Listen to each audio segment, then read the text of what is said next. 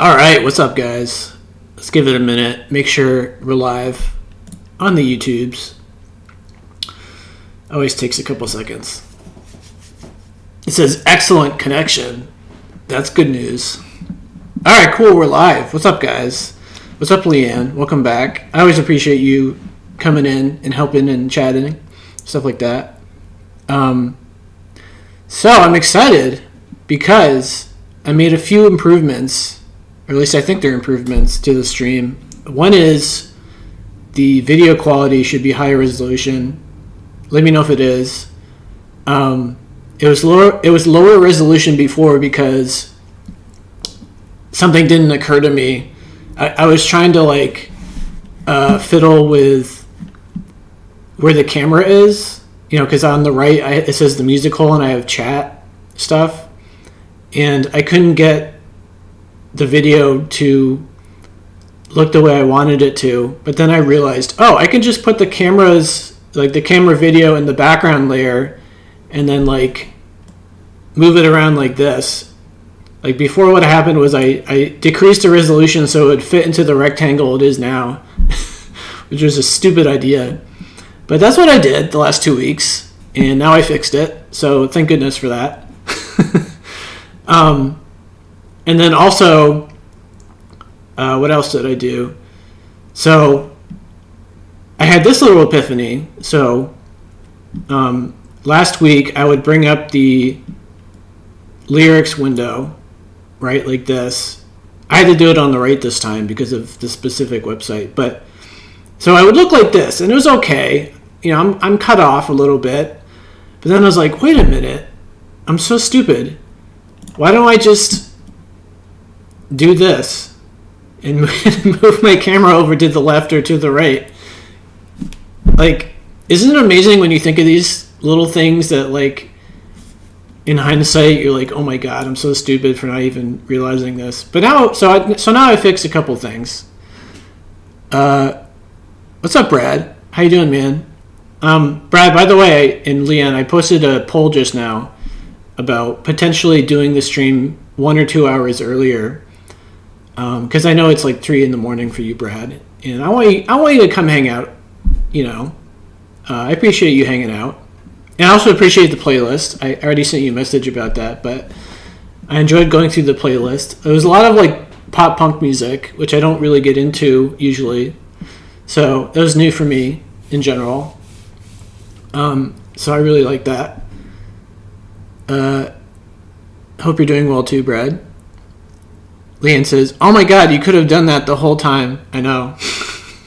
Well, does the video quality look better? Because before the resolution was 800 by 600, so it would fit the rectangle that I have right now. But now it's 1920 by 1080 or whatever it is. So it should look better. Leanne says, well, at least we aren't here for how you look. LOL. Sick burn.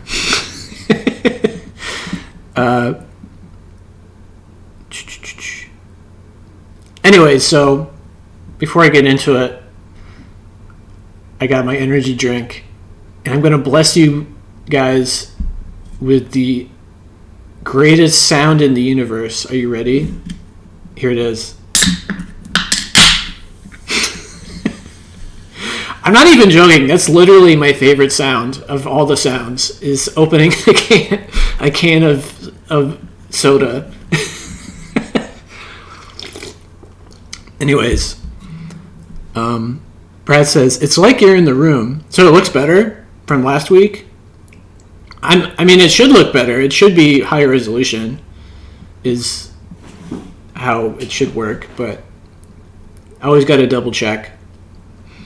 Anyways, I thought it'd be fun, by the way, every week to do a new album on my chair, just for funsies. I should have bought. I was debating all week to buy this week's record, the Cool Greenhouse record, on vinyl. I'm gonna buy it eventually, but the albums I've added to my site over the past year, I haven't bought on record yet, just because it's a lot of money. And I have so many. I'm using up all my space already for what I already have. But anyway, so today's record, or this week's record, is Crocodiles by Echo and the Bunnymen, their first record. I love it. Brad says, I'm on the green tea. LOL. Green tea is so good, especially if it's like from Japan. Oh my goodness. Anyway, so by the way, so this week obviously our homework was to listen to Saad's Toastie, which came out last year, and I'm not gonna lie. So originally last week I had it as a 1-star record, and I was totally obsessed with that album this week. I must have heard it 10 times. It went from a 1-star to a 3-star, which to me is a big deal, personally, for my channel and my site. Anything 3-star is a big deal for me. I don't know if you guys like the album. It's okay if you didn't like it, but I really liked it. I upgraded that to 3 stars, and I upgraded the Dry Cleaning debut album to 3 stars. For some reason, those two just clicked with me this week, and I can't stop listening to them. What's up, Groovy Lisa? Happy Monday. I hope you had a good weekend. Brett says, yes, thanks. The earlier time would be amazing. So yeah, put in the poll. I think the earliest I could do is like 8 p.m. I put 8, 9, or 10 p.m. Eastern Standard Time as my options. So pick one that's better for you. But also, I've been contemplating streaming more, and also like if I were to stream more, what would I stream? So let me know what you guys think of this idea. So I used to have a radio show in college. I think I talked about this 3 weeks ago, called Who's Next? And I kind of miss it. And I was kind of wondering, like, well, maybe I could just do that on my YouTube channel, like every Friday. Like Friday nights, I could just do, I don't know, like I could pick like an hour's worth of songs, let's say, or whatever, 45 minutes worth of songs, and just play them on stream for you guys, and we can all chat about it. And you can be like, "This song sucks," or "I love this song," or "Ooh, I love the bass line," or whatever you have to say. And I thought that could be interesting. The only problem with that, of course, is whenever I play a full song, especially if it's by multiple bands, the video is so likely to be blocked afterwards. So that's the downside. Like, in the moment, if you're live in chat enjoying the stream, it works. But after the fact, like the next day, the video would probably be taken down because like all the bands are like, you can't just play all of our songs in total. What is this? Anyways, Brad says, that album is one crazy bundle of joy. Which one are you talking about? Are you talking about Crocodiles? Are you talking about Cold Greenhouse? Which one are you talking about? Leanne says, we gotta do Friday nights on Twitch. Well, I still haven't figured out how to get my Twitch to work. I mean, we could, I guess. I mean, the thing is, like, Twitch. I know Twitch is not only games. I think of games when I think of Twitch.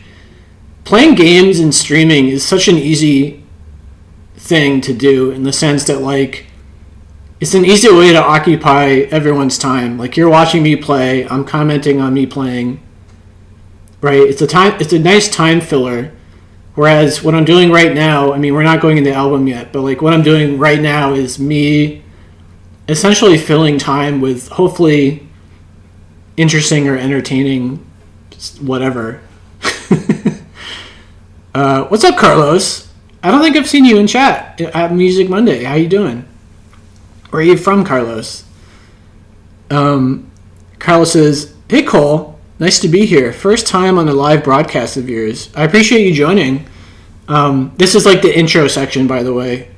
And I've also, for the past 2 weeks, I have a chapter set up, so you can just skip past this intro bit and just go straight to when I talk about the album. I don't know if you've watched the last 2 Mondays, Carlos, but basically, my version of talking about the album is talking about the lyrics, essentially. I find that to be the most interesting thing to do. Like this week I was checking out a lot of other YouTube channels, and I was watching how they review albums.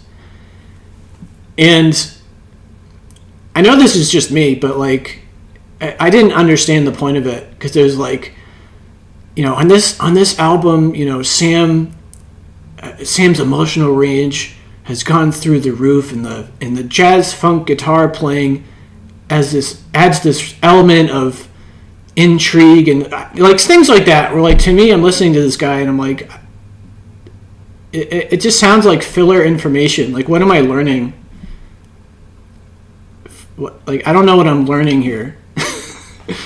That's just me, though. I acknowledge that's just my problem. I'm personally more interested in, like, what did this guy think of the song lyrics? So, I don't know.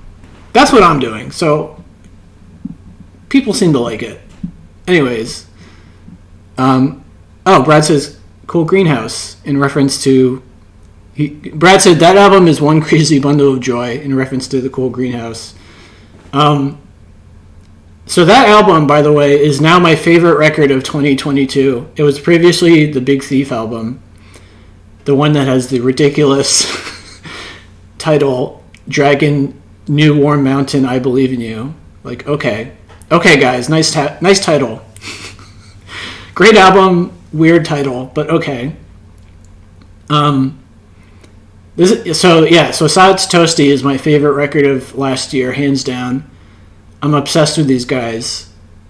And their first, we're going to talk about their first album at some point later on in the year or whatever. We're not going to do the same band like twice in a row, but I do want to talk about their debut album as well at some point in the future. I love it almost as much. Anyways, just reading chat. Carlos says, yep, I've watched tons of your reviews. Oh my goodness. He says, I like your approach. We even talked about a few of them a couple years ago. Oh my goodness. Is my memory going? Did you like comment on a video, or did you join like a reaction chat? I apologize for not remembering your name. Leanne says, excellent, Carlos. I mean, like, here's the thing. By the way, let me know if you want me to shut up and just talk about the album. I can always do that. But for right now, we're having fun. So, I think I've mentioned this before, where I'm just a firm believer in all you can do is get someone to listen to a song, and then they can decide if they like it or not, or if they find it interesting or not. I don't know how you guys feel about that. Like, do you guys feel that someone can convince you to like a song? Is that a possibility? Like, let's say you hate a song, and then someone writes this essay about the song and why it's so great. Like, would that possibly convince you to now like the song? It's never happened to me, but I'm a weirdo. If I've learned anything searching other YouTube channels and talking to other people, I'm apparently a weirdo. In a good way. Brad says, if Baxter Dury, Blur, and the Strokes had a baby, it would sound like the cool greenhouse. I love it. And by the way, I love the album covers for both of the Greenhouse albums. That's a huge reason why I want them on vinyl, is I love, especially Sod's Toastie. Like, what an album cover. It's so cool. Carlos says, yep, I commented on your videos and you kindly replied. Okay, I apologize for not remembering Carlos. It was so long ago and I have a terrible memory. I remember some people, it's like hit and miss. But I appreciate that you not only saw them, frankly, but also you commented. For good or bad, I'm assuming you like them, but maybe not. Last week I mentioned there's a guy who likes to comment on my videos now and then, but they're always like, I hated this album. And I just thought that was funny. Like, I'm glad that he's obviously watching the videos, I guess, and participating in his own way. I just think it's funny. It's like, yeah, I listened to this album, it's terrible, and that's like all of his comments. Which is fair enough. You don't like. It's okay if you don't like the same music as I do, because clearly I don't like the same music as a lot of other people. It's just how it goes. Leanne says, I think you're high resolution because your hoodie looks a lot more fleece and fuzzier this week. Okay, good. So it should be working then. Leanne says, make a poll for that, Cole, in community tab. A poll for what? I already forgot. What were we talking about? I wanted to do at least two polls. One being, should I start Music Mondays a little earlier? That's one. And number two would be, should I do like a Friday radio show where I play an hour's worth of random songs I like, and then we talk about them? I don't know. I feel energized to do more streaming. I kind of like the idea of streaming. So, for example, this week, like I was saying, I was going through other channels and just seeing what they do. And a lot of them don't do live streams. They work on a video, and it's very kind of professional usually, and usually they have a personality. Like, I noticed they're putting on a personality, or at least that's what it feels like. But I'm kind of interested in when they do like a live stream. Like, some of them every now and then will do like a live Q&A, and then their whole like personality is different because they're live streaming instead of like doing multiple takes. Anyways, so I'm inspired to potentially live stream more and just like chill, and maybe like people in chat could suggest a song and we can listen to it together and stuff like that. That could be fun. Brad says, no, I either like it or I don't. That was in reference to you hear a song and you can decide for yourself how you feel about it, right? Here's the thing though. So it feels nice to like the same things that a lot of other people like. It's like a community thing. It feels good that you all kind of like the same thing and you can all talk about it together. Like, that's a lovely situation. So it's nice when that happens for me, which doesn't happen often. Like, for example, the album we're going to talk about at some point tonight, Sod's Toastie, nobody's talking about this band. Like, they're not I haven't seen them on anybody's year-end list, which could mean a few things. Most likely what's going on is they just haven't heard it, I feel like. There's so many albums that come out all the time. Like, you can't listen to all of them. So maybe that's what's going on, is nobody's heard this album. Or nobody likes it, which is also possible. Maybe everybody's heard it and they all hate it. Anyways, Leanne says, QOTD. Oh, question of the day. Can someone convince you to like a song? Answer, yes. Okay. Carlos says, I think it is actually possible to make someone else like a piece of art that they don't like already, but you would need to have some kind of emotional bond with them. So I'll tell you how it works for me, because this has happened. Actually, this happened with last week's album, The Sound. I mentioned that I had heard it before, like 2 years ago, and it didn't click with me. But then, like a month ago or so, it's a very highly user-rated album on Rate Your Music, and it got a great review on AllMusic, which are like my two websites I like to go to the most. So I was like, okay, well, let me listen to it again, because it's highly rated, and also, frankly, it has a great album cover. And I like the genre, so I was like, okay, let me listen to it again. And so now, the second time I liked it, but the point I'm making is, it wasn't someone's review of the album that got me to like it the second time. It was the fact that, like, apparently a lot of people really liked it. Like, that aspect of it kind of helped convince me a little bit. It's like, well, if a lot of people like it, there must be something to it. Let me check it out again. So, in other words, it'll get me to check it out again. I might not like it, but at least I'll check it out again. If, like, man, everyone's saying this album's awesome, I might as well try it again. Why not? Maybe I'll like it this time. Anyways, Leanne says, I vote for making it easier on Brad to be here. Yeah, I want Brad to be here. So if we can do 8 o'clock, if that helps Brad, why not?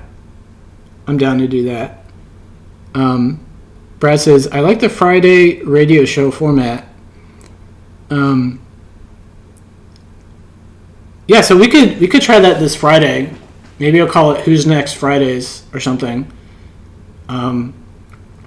It's just like I was saying, the problem with it is the fact that the next day it'll probably get blocked, because I imagine I'll be playing songs in their entirety by multiple bands, and each band separately has their own YouTube policy for blocking videos or not based on how long you played their song. Right? So, but that's okay. We could just do a hangout,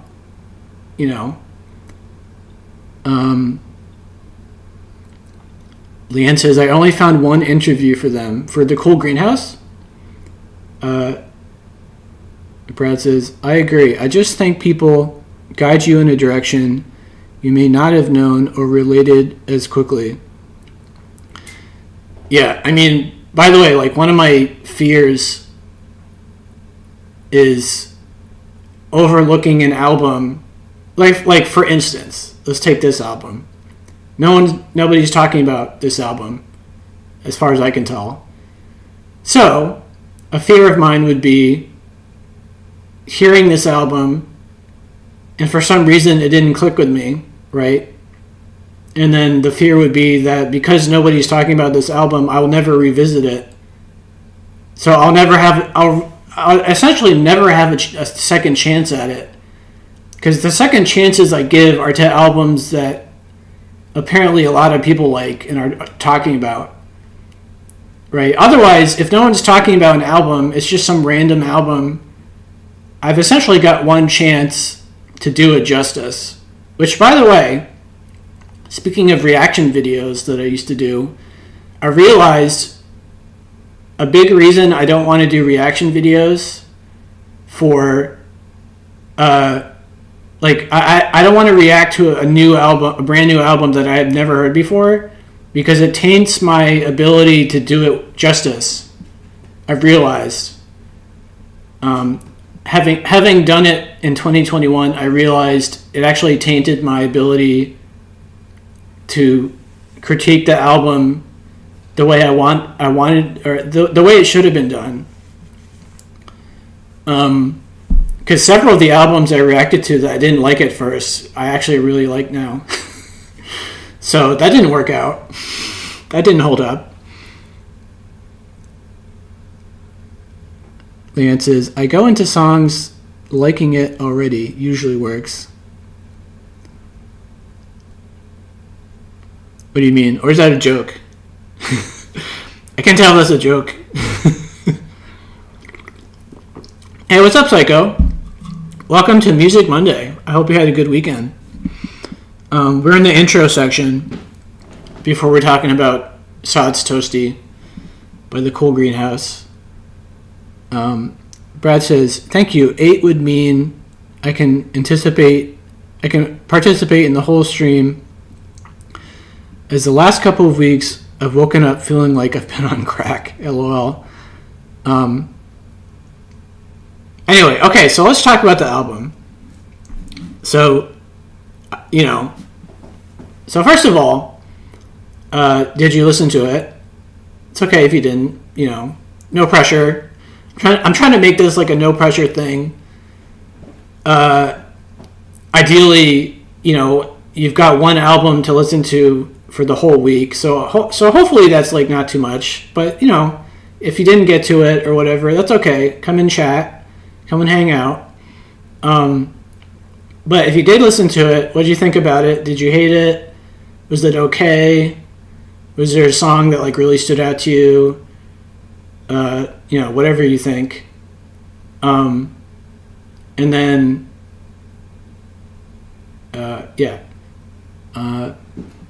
Psycho says, nice. I love new sonic discoveries. Yeah, I mean, my favorite thing in the whole world is listening to a song I've never heard before, even if I don't like it. Because I might like it. I might even love it. Isn't that the best feeling? You listen to a brand new song and you love it. You're like, oh my goodness, I love this song. And it's a brand new band. Like that's the icing on the cake, is when it's like a brand new band too. For me, like it's cool. Like for example, last week's album, The Sound by The Sound. I mean, it was great to add it to my collection, so to speak. But part of me was like, well, it is 40 years old though. Like, it's not as exciting as like a brand new band that just came out this week. That, to me, that's a little bit more exciting, personally. Brad says, I absolutely loved it. Very British culture. Yeah, it's a British band. Okay, anyways, let's start talking about the album. So, let's see. Let me bring it up on my Spotify.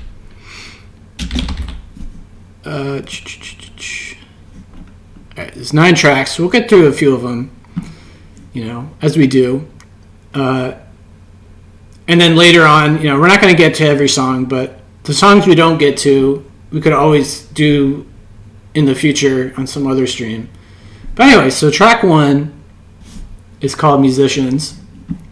Let me bring up the lyrics, which I had to put them on the right for this particular album because there's like one site that has lyrics for this album, and it's a really crappy website, and there's like ads everywhere. So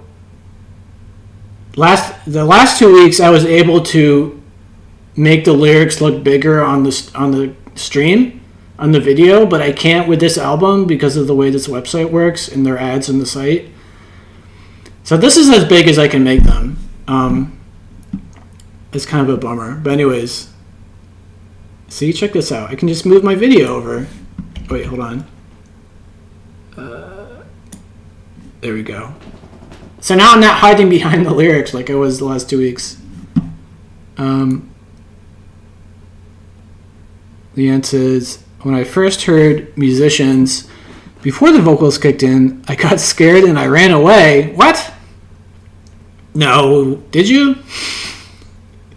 That doesn't sound like a positive experience. She says, then I went on a big progressive house, tribal house kick, and then I went back to the album. That's a very specific thing that happened to you. Leanne says, very British. No mistaking where they're from. Yeah. Anyways, let me highlight this. Okay.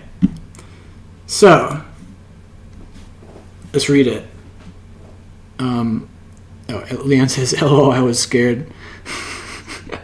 Anyways, okay, musicians. He says, well, I tried to find more musicians to help me with this, because apparently people like to watch musicians. Let's just start with that. I love that so much. I can relate to this guy. I love it. Because basically, what this makes me think of is, first of all, it needs to be said, I read this about the band, that, so this guy, Tom Greenhouse, right, the cool Greenhouse, started this project, and, you know, he needed to find a band to play the songs for concerts, I guess. So he formed a band. This is what he's talking about on this song. And it just, like, I think about this a lot, like, how hard it must be to form a band. Because think about it. You're limited pretty much to the people in your area. And those people in your area might, A, not even be very good. So that's one. B, they might be not into the same music you are. C, they might be horrible people to work with. They just, like, they might have terrible personalities. So, like, all of these things need to align for a band to be really good, right? Talented musicians who are, like, motivated, who kind of like the same, who kind of have, like, the same, what's the word?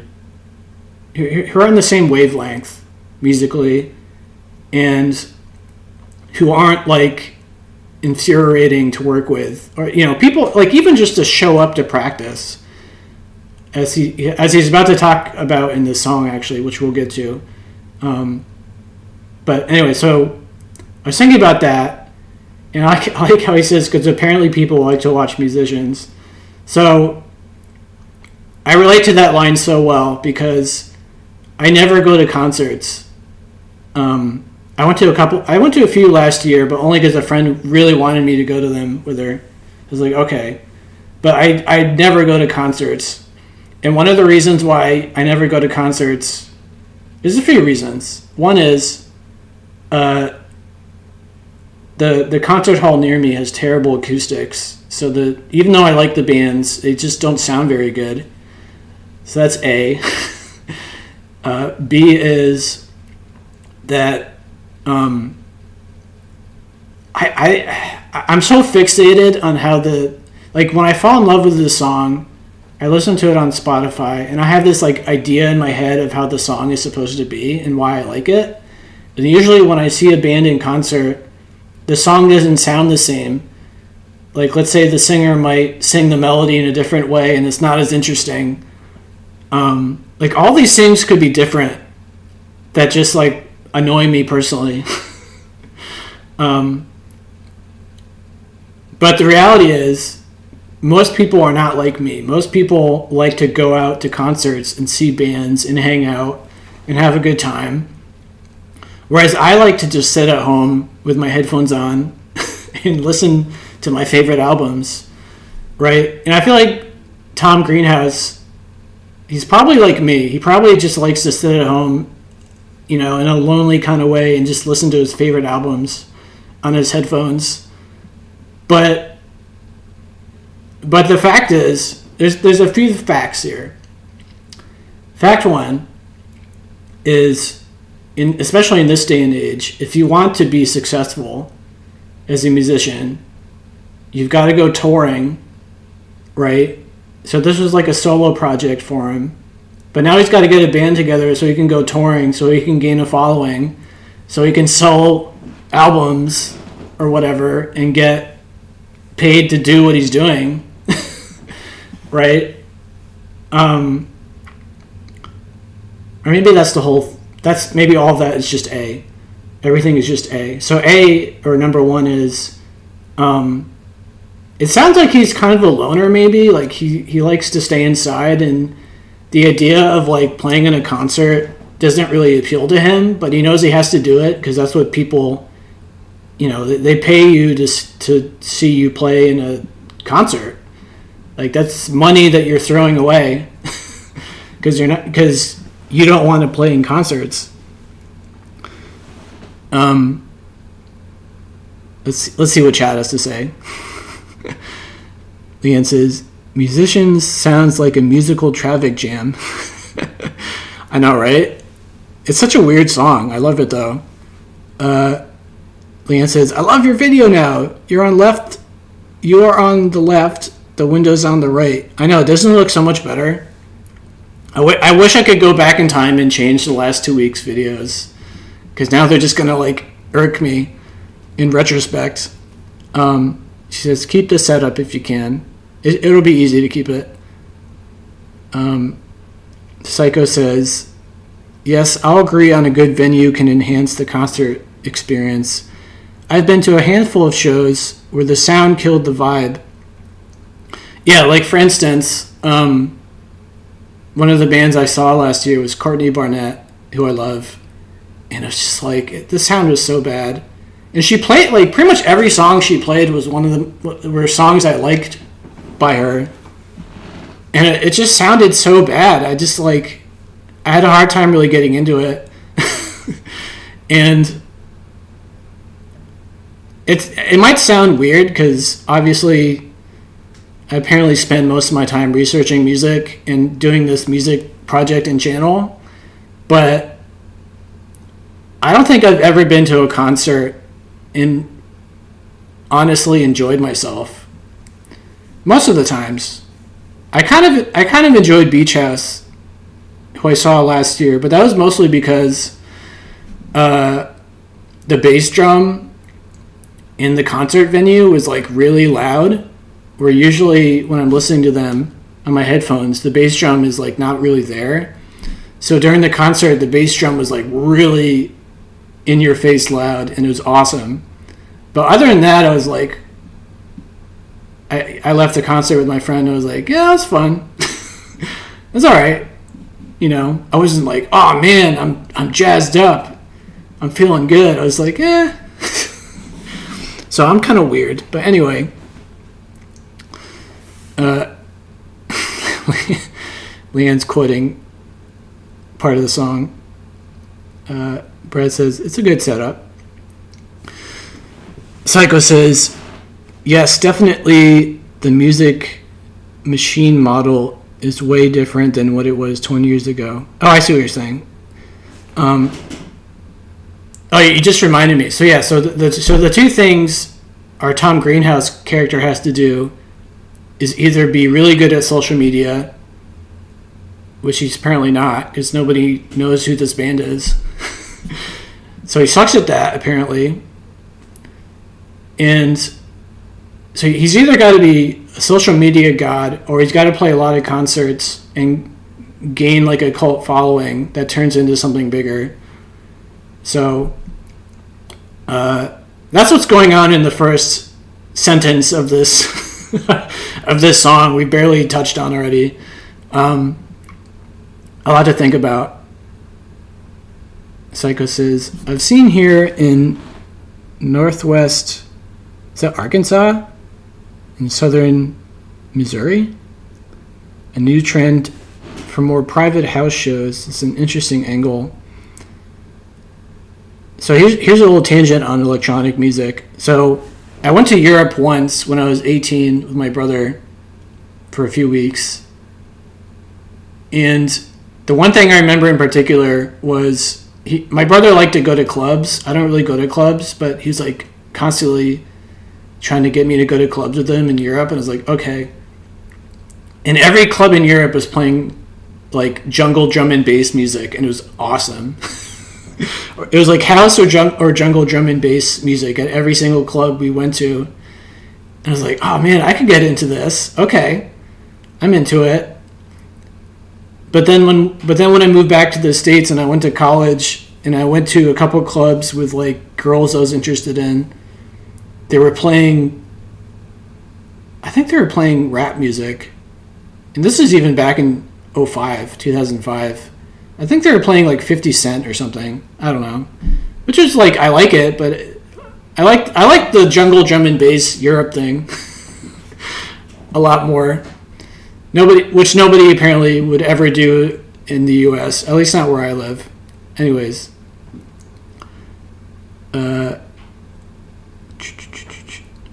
Leanne says, leave the first two videos up. They're fine. Trust me. No, I will. It's just, these little things irk me, but I'll get over it.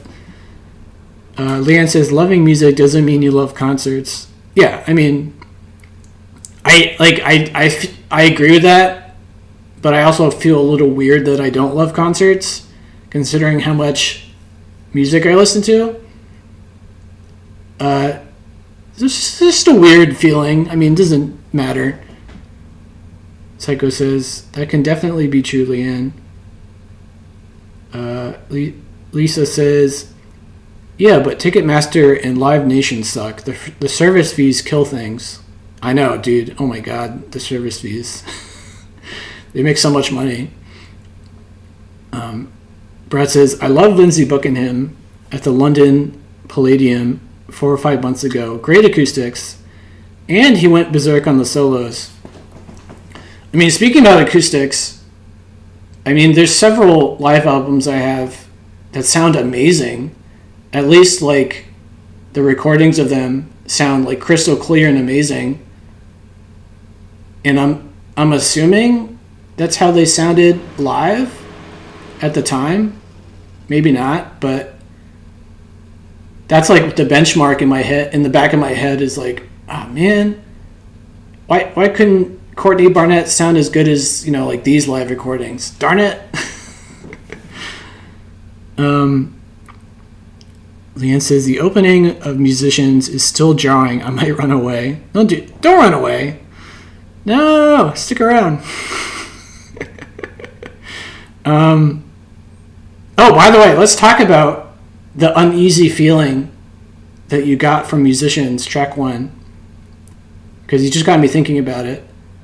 I think it actually makes perfect sense with what we were just talking about, with the theme of the song so far, of like this guy, Tom Greenhouse, kind of, it sounds like he wants to just make music alone in his studio and release it to the world on the internet and not do anything else.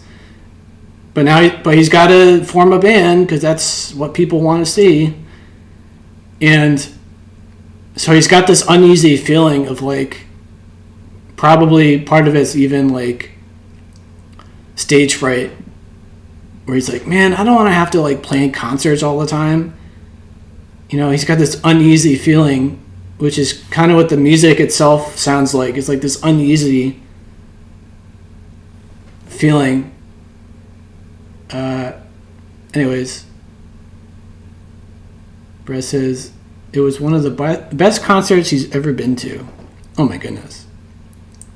He says, I think I saw Portishead live in New York. I think Portishead live in New York is my favorite live album.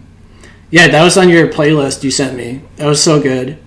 Yeah, they must have been awesome live. Psycho says, Lindsay and Christine McVie are my favorite members of the classic Fleetwood Mac lineup. Leanne says, Cole, if I were to mount Sod's Toastie, I would frame and hang It's Top Talks, It's My Life next to it. That's a good pairing, actually. I approve of that. Brad says, it does have that feeling of anxiety, the song does. Anyways, let's move on. Let's move on to the next sentence, or whatever you call it. Anyway, so he's looking for musicians. He's got to find musicians because he's got to play in concerts, because he's got to make money, and he's got to develop a following. So he's like, oh, okay, I guess I'll find people. I'll form a band. Anyways, he says, But all I could find were carrots and sticks. See, I'm developing a fear of checking my damn emails, so I just check the fields. Okay, let's talk about the first part, because the second part's confusing to me. I don't know what he's talking about. But the first part, I like. Because there's probably plenty of musicians who, they're like, oh yeah, I'll play with you, bro. Like, buy me a 6-pack. And I think he talks about this later in the song. He's like, yeah, just buy me like a 6-pack and I'll play with you on Friday night, bro. And then Tom's like, okay, cool, I got a guitarist. And he's like talking to all these people, trying to put a band together, a touring band together. But all these people just end up like dropping out, or like not showing up at all, or showing up late, or like not trying very hard.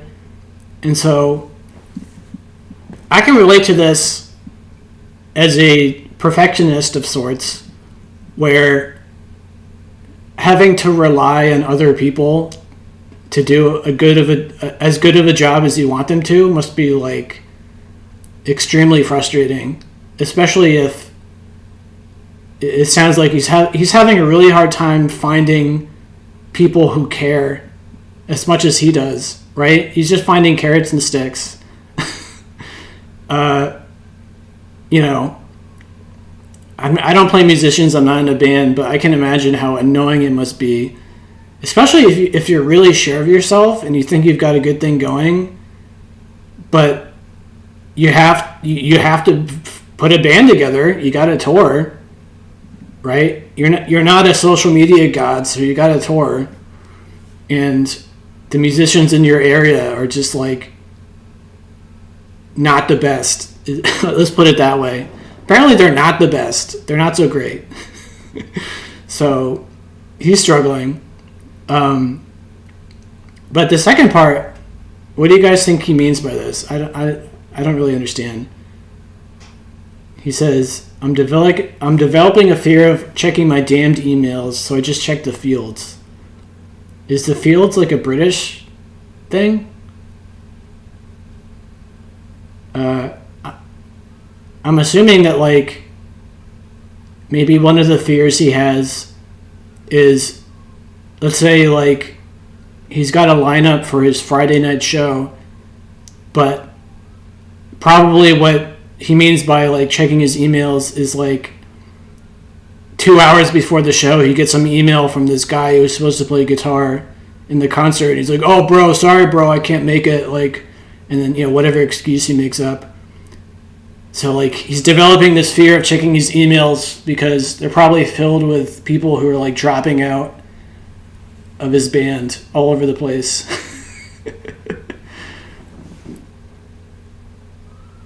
Brad says, yes, psychos, R.I.P. Christine McVie. Oh, did she? When did she pass away? I didn't know she passed away. Or maybe I forgot. Anyway, so I don't know what the I just checked the fields part is referring to. So we'll just move along. Okay. Excuse me. No, Brad says checking the fields as in seeing what's out there. Okay.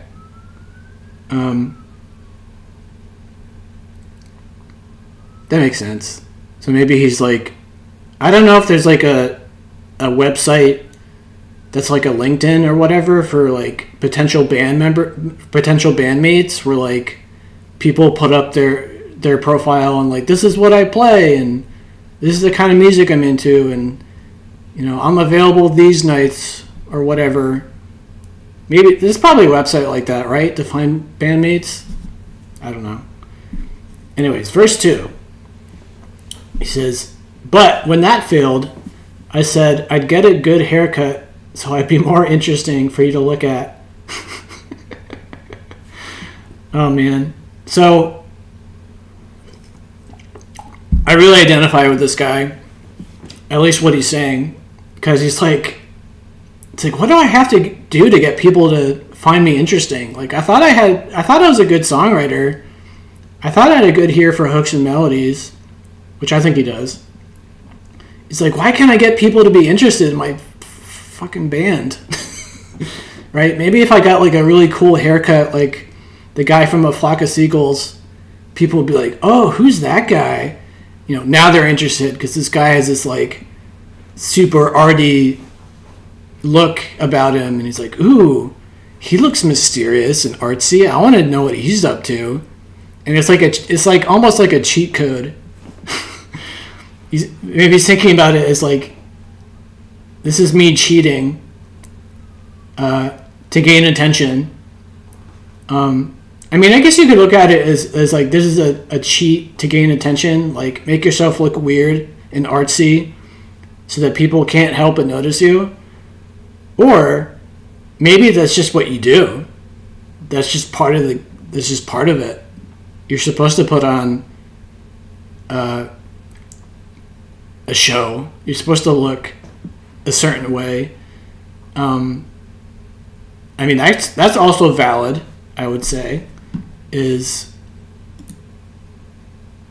you know, it's like, for example, there's so many bands that like I said, I don't go to concerts, but I hear about all these bands and artists that like their live show is amazing. They do all these crazy things, and they have like 50 dancers, and they appeared on stage with like they were like lowered on stage by some crazy contraption, or I don't know what they do, but you know, it's, in other words, it's like you've got the music, but then you've got the performance, which are two separate things. And it sounds like this guy is like, all right, here, let me highlight it. It sounds like Tom is like realizing that he can't just play the music. He has to put on like a performance, which, you know, at the very least is like maybe getting a cool haircut.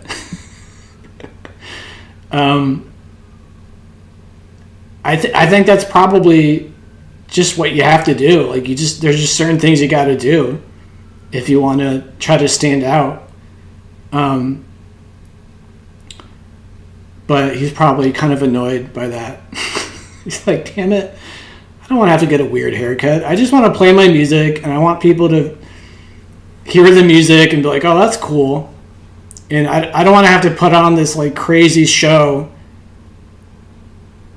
Because, like, in other words, you could look at it like, oh, people only like the show. They don't really like the music necessarily, but they like the show I put on, right? I don't know how true that is in the world, where maybe certain bands are doing well, not because their music's any good, but because their live show is awesome. So anyway, things to think about. Let's move along. So he's trying to get a haircut, but he says, but my hairdresser, well, he's partially deaf and partially dead and totally uninterested in fashion.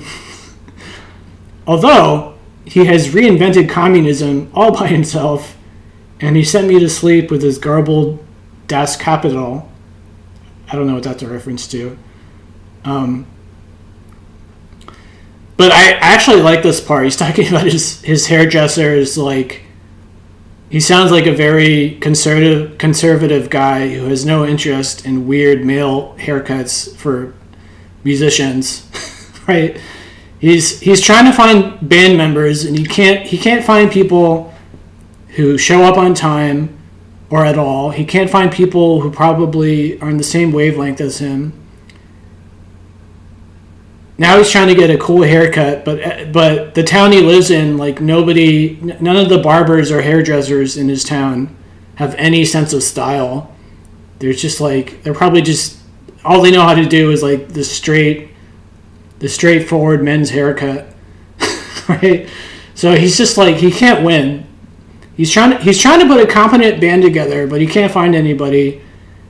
He's like, okay, well at least let me look cool with like a cool haircut.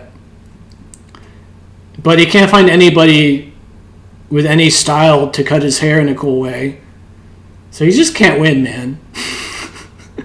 Liam says, I'm back. Sorry, I craved an apple. Ooh, I love apples. So anyway, poor Tom is not having a rough... poor Tom, he's having a rough go of it. Let's go to verse 3. He says, and when I awoke, well, I had a beehive. I gave him 12 quid and a small family of woodlice in the Swan matchbox for a tip. That's a little strange. He told me to get out, to renounce my religion and get out. So it sounds like he just got this ridiculous haircut, and the guy giving it to him was basically thinking like, well, I do want to make money, but also this guy is totally ridiculous and sounds really conservative, and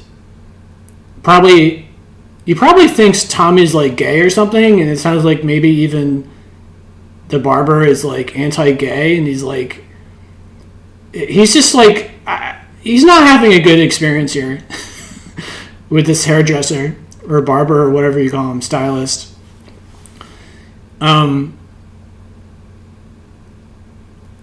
Our poor guy, he can't catch a break. He can't find any reliable band members. He's like, all right, well, let me like dress cool or have a cool haircut, but nobody in his town has any sense of style, and he probably he either can't afford cool clothes to wear, or he himself isn't necessarily an interesting stylist, right? You can be a good musician and have no sense of style, but he at least has the sense to understand that he probably should have a sense of style if he's the front man to this like cool post-punk band, right? He should have some stage presence, I guess. So nothing's working out for him. Carlos says, Das Kapital has to be a reference to Karl Marx's book, The Capital. Oh, okay. Oh, yeah, because he's talking about communism. Yeah, that makes sense. So, yeah, maybe it sounds like the men in his town are, like, really strange politically. So I like this, actually. So I imagine a guy, he's very artsy. He's very creative, he's very artsy. He's pretty good at what he does. But everybody in his town is the complete opposite, right?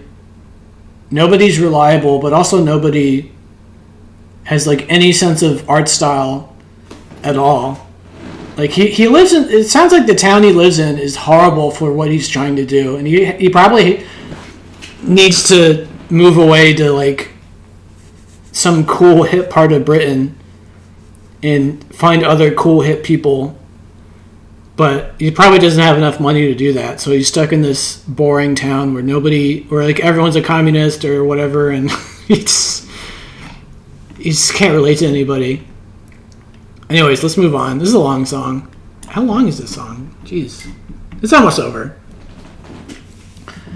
Okay. Verse 4.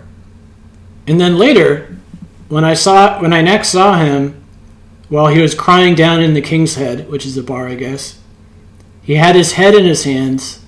His scissors were all bent. So I asked him if he'd like to play guitar for the Cool Greenhouse's upcoming tour. But he just laughed and laughed and laughed and laughed and laughed. Oh my God, this poor guy. He says, and then later when I next saw him, is he talking about the barber? The barber was like getting drunk at the King's Head pub. And I guess maybe he plays guitar. I mean, I'm interpreting this part as he's so desperate to find anybody to play guitar for his concert, his tour, that he might as well ask this guy, who is obviously not on the same wavelength as Tom, right? So it sounds like Tom is so desperate for literally anybody to just be in his band, anybody who could just show up and play the part and get paid and leave, that he's going to ask his communist barber, who's just laughing at him.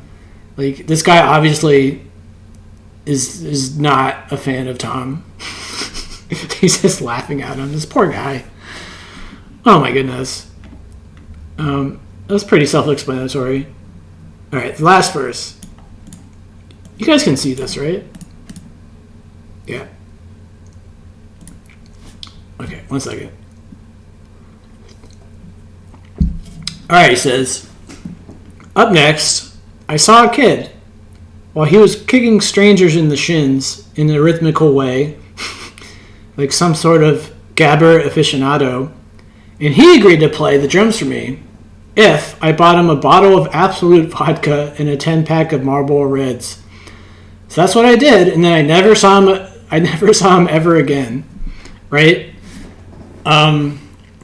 He's just so desperate for anybody to be in his band. Like, not only does he hate the fact that he has to put a band together and tour to get anybody to care about his band and or to get anybody to care about his music, but he's just like, he hates the fact that he has to do that, and he hates the fact that the only people in his town who even play instruments are just the most like horrible, unreliable people on planet Earth who don't show up, or they ask for like money up front, like, yeah, I'll play for you Friday, $100 up front or whatever. And so he's so desperate, he gives him the $100, and then he just never shows up, and then you never get the money back. Right? Just the musicians in his town, the music community in his town, is just like so not on the same wavelength as him. He must be He must be totally depressed. Brad says, I think he may be from the East End of London. I remember Forever Blowing Bubbles lyrics in another track, which is a reference to West Ham East London team. Okay, so he's from the East End of London, I guess. Carlos says, does anyone else get the feeling that the singer sings like Christopher Walken would if he had a band? Oh, man. He kind of does, doesn't he? He has this like particular way of singing. Well, he's not singing even. He's just talking. Which, by the way, so I mentioned that I bumped this album and Dry Cleaning's debut album up to my top rating, 3 stars. And they both happen to be albums where the singer is just talking, right? This guy's just talking, and the Dry Cleaning lady is just talking. It's kind of a strange coincidence. So maybe the 2020s are the decade of just talking rock bands, talking lead singers, or I'm the lead talker of the Cool Greenhouse instead of the lead singer. Anyways, that's the song. All right, there's a little bit more. The outro. Oh, and 2 pink grannies on a bench over the way just shook their heads. Yeah, so I mean, yeah, it sounds like this guy lives in a town or an area where nobody can relate to him at all. And the few musicians in town are just like totally untrustworthy, unreliable people who, even if they were reliable, are not even close to being on the same wavelength as him. Right? They probably don't even know what post-punk is. Frankly, they're like, post-punk? What is that? Like, anyway. All right, that's track 1. That was fun. That's one of my favorites. lyrically at least. Let's go to track 2, which is Sod's Toastie, the name of the album. Remember I used to do that in my reviews? Anyways, okay, Sod's Toastie. Oh wow, this is a long verse. Hold on. I mean, these are long songs, lyrically, so this might take a while. Anyways, Brad says, inside the essence of rap commentary and rock and roll, which is great. Excuse me. I'm not sure what you mean by that, Brad. Please elaborate.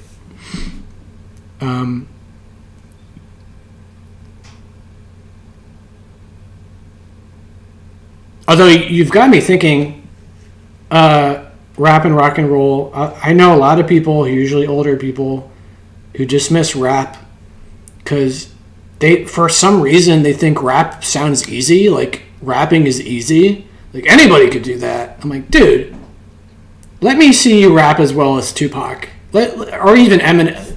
Well, Eminem is an extreme example. Like, let me see you rap like Eminem. Let me see you do that. You know, because they're not singing. Eminem isn't singing. Well, he does this occasionally. You know what I mean? So I hear that a lot from older people I meet in regards to rap. They're like, well, they're not singing. Like, it's not that hard. I'm like, dude, what are you even talking about? Leanne says, I would call the vocal style spoken word, like Suzanne Vega's Tom's Diner. Yeah, that's a better way. That's a much better way of putting it. So he's a spoken word rock personality. Anyways, so this is Sod's Toastie, track 2. He says, thank fucking Christ. If you can find the end of the sellotape in under 15 minutes, all right, well, let's just talk about that for a second. That made me laugh. So obviously he's having a really shitty day because he's swearing, right?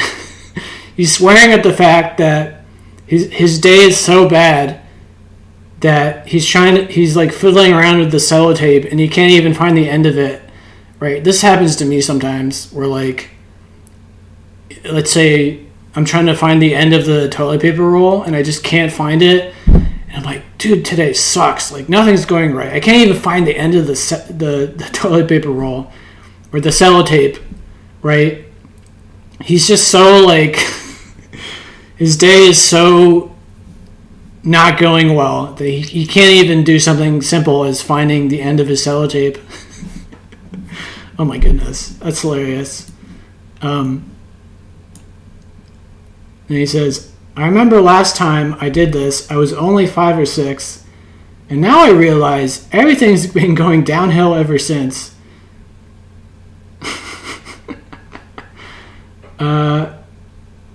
Because I still traipse, is that how you say it? Because I still traipse the butts of my fags in with my feet. Cigarettes, for you non-British. So he's playing with his cigarette buns, or butts. It's kind of a strange song. He says, oh, and the people, they still get cross like they did when I was just 16. Like when a policeman said, I was strange for keeping money under my cab. Under his cab? What, Brad, what is a cab in reference to? Because I'm assuming he's not keeping money under his car, like on the road. I'm assuming that's not what he's talking about. Anyway, he says, I ran off, and when I got back, he gave me a punch in the face. He said, it's your word against mine, bio. And I said, well, he's looking at you, kid, and he laughed. This is a harder song to talk about. Okay, that was a lot to think about. Where do I even start? Okay. So he's having a bad day, obviously. Can't even find the end of his sellotape. in under 15 minutes. So this is the worst day ever. But then the next part's kind of confusing. He's saying everything's been going downhill ever since 5 or 6. He's playing with the butts of his cigarettes with his feet. The people still get cross like they did when I was just 16. This one's harder. This one's a lot harder to dissect. What do you guys think is going on with this song? Leanne says, Cole, keep a bread tag on the end of your clear tape. A bread tag? I don't know what a bread tag is. Carla says, I totally agree, Leanne. I love Suzanne Vega, by the way. I had the privilege of seeing her perform at Glastonbury 2008. She's so warm-hearted. Oh my goodness. I only know that one song, the Tom's Diner remix in particular. That's a great hit from the 90s. By the way, Carlos, where are you from? Are you from England? Leanne says, Maren Cadell, The Sweater was the first track I thought of when thinking of the spoken word style. Excuse me. I don't know that song. Let me add that song to my to-do list.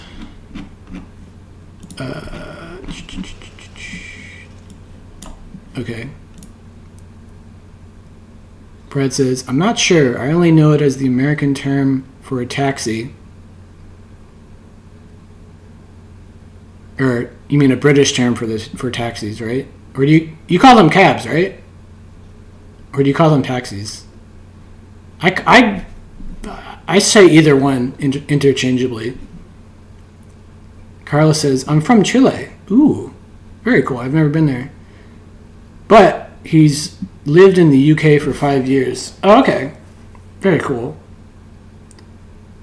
Leanne says, bread tag. It's the little plastic clip that holds your bread bags closed. Oh, okay. That's not a bad idea. It's not bad. Anyways, let's go back to this song. This is a hard song to think about. Alright, he says, like when a policeman said I was strange for keeping money under my cab, I ran off.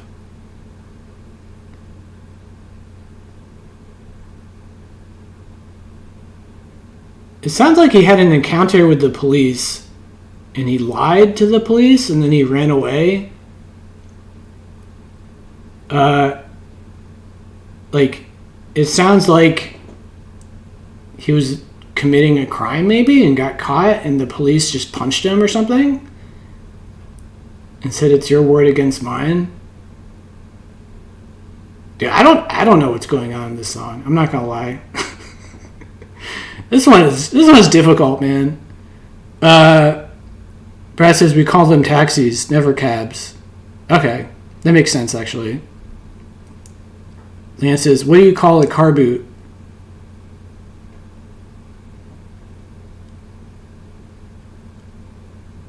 I don't get the joke. I suck. Anyways, so I don't know what to make of this first verse, guys. I don't know what's going on. I mean, it kind of sounds like the general idea is his life sucks, right? He lives in this shitty town, and the police are shitty, and nobody understands him, and he's probably barely getting through every day. He's just frustrated all the time. And he's probably double frustrated because, like on track 1, he can't find anybody. I understand his frustration in the sense of like, it sounds like he's a very talented guy who puts a lot of effort into his music, but because of who he is, he's having a really hard time making anything of it, in the sense of like, he doesn't want to play concerts, but he has to because he sucks at social media, right? Because no one's talking about this guy, apparently. So he's got to put on concerts, which he hates doing. He just wants to make music and release it and have people listen to it, right? Wouldn't that be... I mean, he clearly doesn't like to play music for people, is what it sounds like. He doesn't want to, but he has to. He would much rather release music on Spotify or whatever, or from his Bandcamp or whatever, and just have people buy it and listen to it. And that's the end of it, right? But he doesn't want to have to, like, go on tour. But he's kind of realizing, well, this is my second album. I guess I have to. I guess that's the only way I can make this a thing that I do and get paid to do it. But everyone in his town sucks, right? The police suck. The artists suck. Everyone in his town. There's nobody in his town who's on his wavelength. I mean, that's like the general idea I'm getting from this song. It's not quite as easy as the other one. But let's move on. Maybe it'll get more interesting. But before we do that, Leanne says, I say call a cab. Yeah. Brad says, a car boot to here. And it says, a car boot, the place at the back of a car for putting luggage. Oh, I call that the trunk. You guys don't call it the trunk? Leanne says, sellotape is a British brand of transparent, polypropylene-based, pressure-sensitive tape, and is the leading brand in the United Kingdom. Good to know. Brad says, I think a car boot in America is a flea market. Oh. I haven't heard that before. Anyways. Oh, wait. Leanne says, trapes, to walk heavily or tiredly, or a long or tiring walk. Oh, car boot, as in a car boot sale. I've heard of that, actually. Anyway, let's go to verse 2. Let's see what's going on. Let's try to figure out this song to some degree. So he says, and now the ladybirds live in clusters in the corners of my windows, and they judge me as I get older, just like 1,000,000 mothers. When will you ever learn? The insects say to me. I said, well, how should I know that? It's not like I'm clairvoyant. Man, this is a long verse. They said, don't answer back. You know your cheek won't work with us. Cheek as in you're getting cheeky. You know you really better buck up or we'll fly right up your ass. And I think I better pull up my pants as I proceed to read my book, which is not 12 Rules for Life by Jordan fucking Peterson, which, if I remember correctly, is about keeping your room tidy whilst being a dick about it. I love this guy's sense of humor. Okay, that was a long verse. Let's do our best to think about it.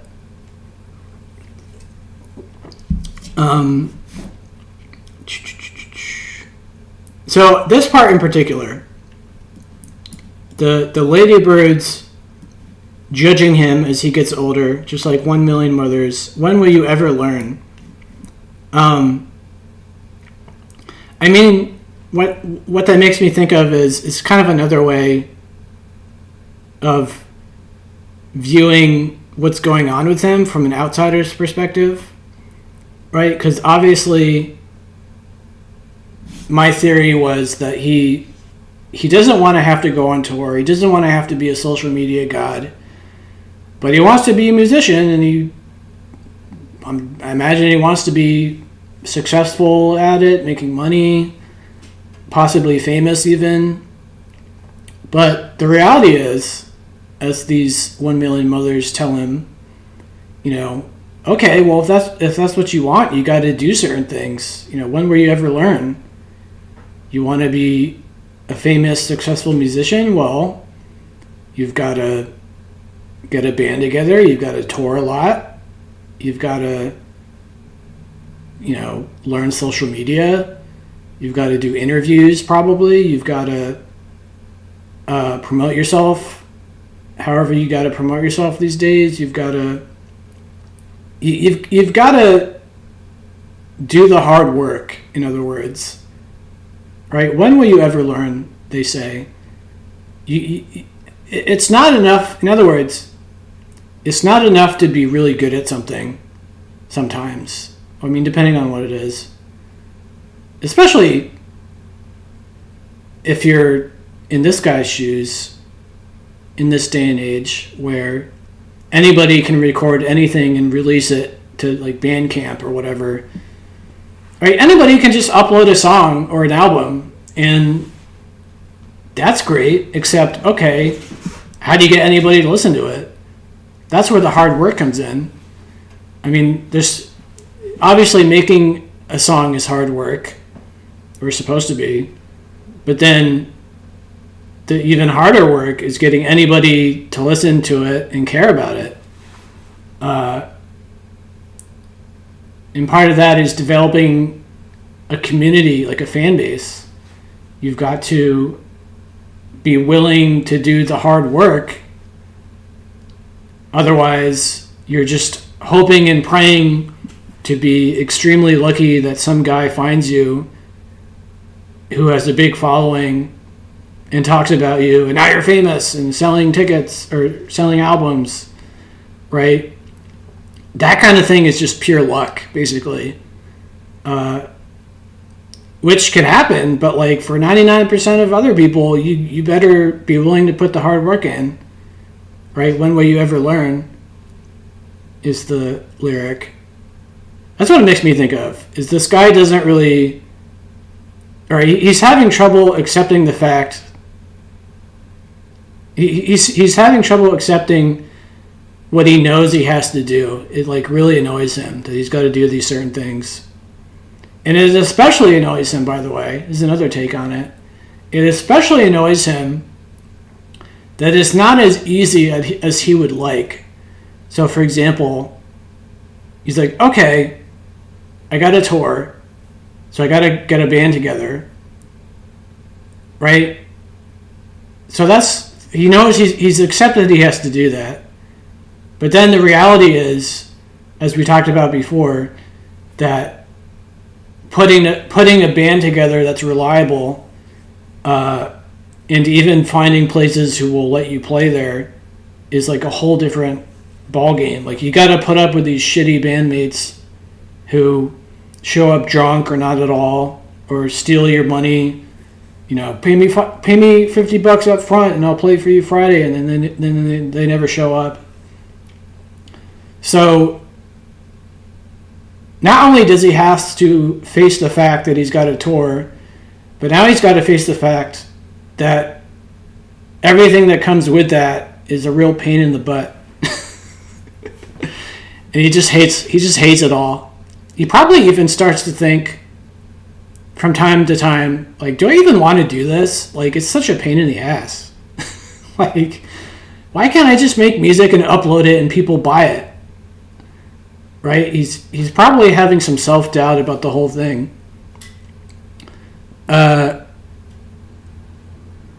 Anyways, Leanne says, when will you ever learn? The insects say to me. I said, well, how should I know that? It's not like I'm clairvoyant. Oh, sorry, that's from the song. Blah. Thanks again, Leanne, for typing it in chat for everyone else.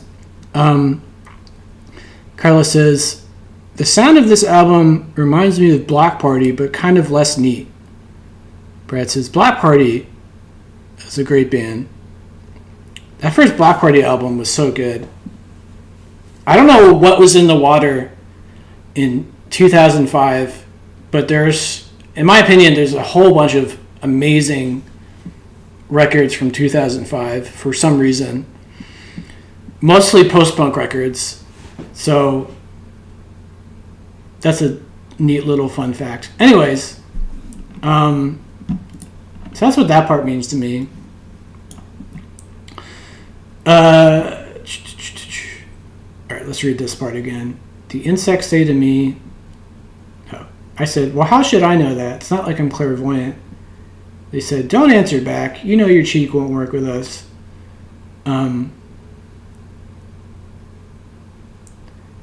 So yeah, I mean, this guy, it kind of sounds like he's probably even lazy, which isn't like a dig on this guy. I mean, we're all lazy in certain ways, right? I'm lazy in the sense that I don't go to the gym ever. There's a lot of things I'm lazy about. And it sounds like this guy, he's not lazy about certain things. Like, he probably is really into making songs and perfecting them, but he's super lazy about doing anything at all to get himself known by, you know, social media or concerts. And, you know, he's also being kind of cheeky. He's like, well, how should I know what to do? Like, I'm not clairvoyant. I'm not an expert. Well, like the mothers were saying before, you know, well, when will you ever learn? Like, you don't have to know everything, but you can find out, right? You can develop skills. You can develop networking, social skills, possibly, right? I mean, maybe this guy's a loner like me and isn't a great networker and is convincing themselves, well, I've always been this kind of loner, bad networker guy, so I'll never be good at it. When I guess the reality is, well, some things are skills that you got to work on. And, you know, to me, that's a philosophical debate in the sense of, like, I'm really bad at networking and making friends. So the debate is that something I can work on and get better at? Or am I just doomed to be bad at it forever? Right? That's the debate I have in my own head. Are there just some things I will never be good at and I'm just born that way? Or could I potentially be good at literally anything if I just devoted enough time to it? So that's something to think about. Anyways, let's move on.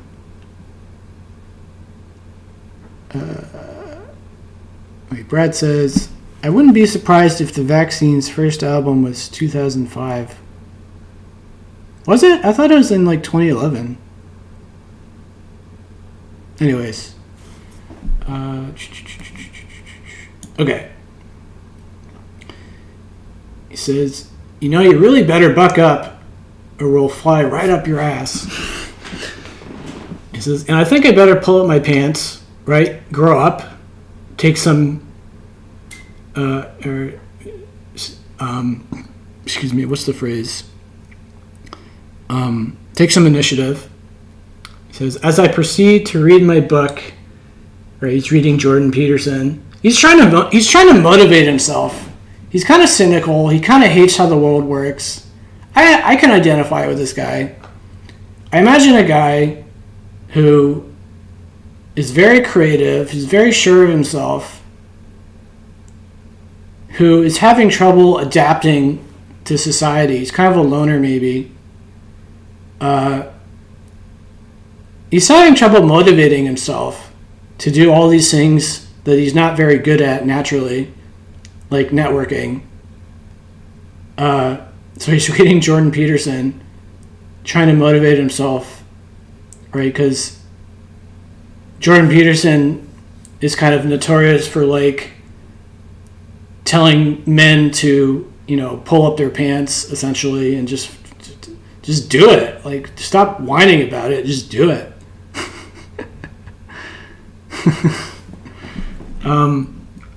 So I can identify with that. He's really good at certain things and he sucks at everything else. And he hates the idea that he has to get better at these things that he's not good at. Right? That's the lazy part of him. So he's trying desperately to find motivation. So he's reading Jordan Peterson. I can identify with that. Anyways.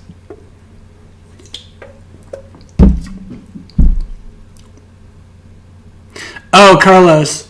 I appreciate that, Carlos. So when Brad said, I wouldn't be surprised if the first Vaccines album was 2005. That was in reference to 2005 being what I think was a great year in music. That's a little joke. So thanks, Carlos. Anyways, Leanne got another apple. Okay, verse 3. He says, here's a story of a misadventure I had the other day whilst trying to make a cup of coffee and a cheese toastie, which I'm jealous of, by the way, all you British people, your toasties. He says, which I think sums up the experience of being alive quite nicely. Well, I've been trying to make music again for everybody all day, but it just wasn't flowing at all. So, instead, I decided to do one of the menial tasks that I had to do on my list of menial tasks. I can totally identify with this guy. He says, which didn't require any emotion or thought, like package and send 2 cool greenhouse tea towels, which were long overdue. Wait, what? What's a tea towel? Brad, what's a tea towel? Anyways, these are long verses. Sorry. We'll dissect this in a minute. Look how long this is. Well, hold on. Let's start with this section. This is a really long verse. Oh my goodness. I knew this was going to be kind of a difficult album to do because these verses are just so long. Anyways, okay, so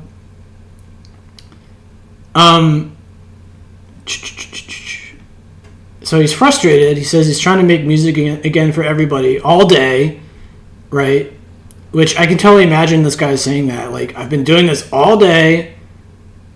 This is what I do all the time. I'm constantly trying to make good music for everybody. And he's, like, frustrated because, from his perspective, people aren't appreciating what he's doing. Like, dude, I do this all day, every day, and people don't appreciate it, right? That's kind of the image I get from this, and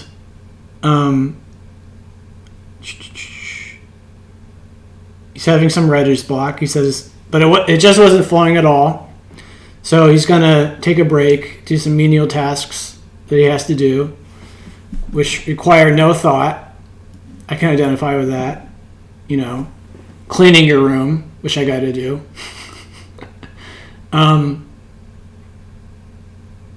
Dude, I mean, I identify with this guy, what's going on with this guy right now, with my own project, in the sense that, I mentioned, I think last week, that I hit 60,000 records that I've gone through, in the way that I go through them, my specific way. And then the reality of that is that I only really liked about 1% of them. So, in other words, what I'm saying is, like, most of my time I spend listening to records, trying to find stuff to share with people that I really like, but most of the time I don't find anything. So it's like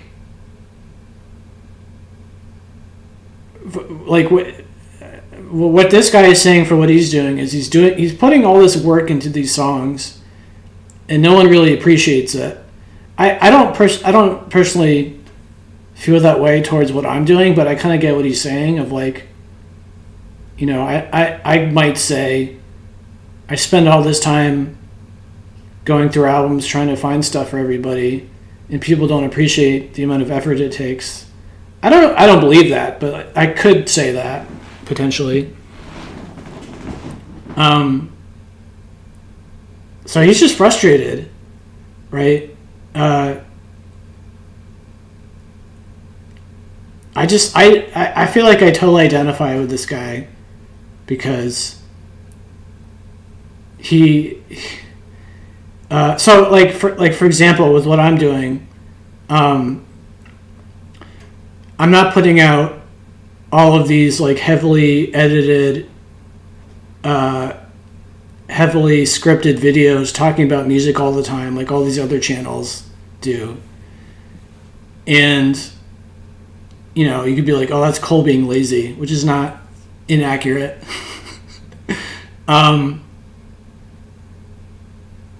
You know, there's things that I really like to do that I feel like I'm good at doing, like going through records, trying to find cool stuff.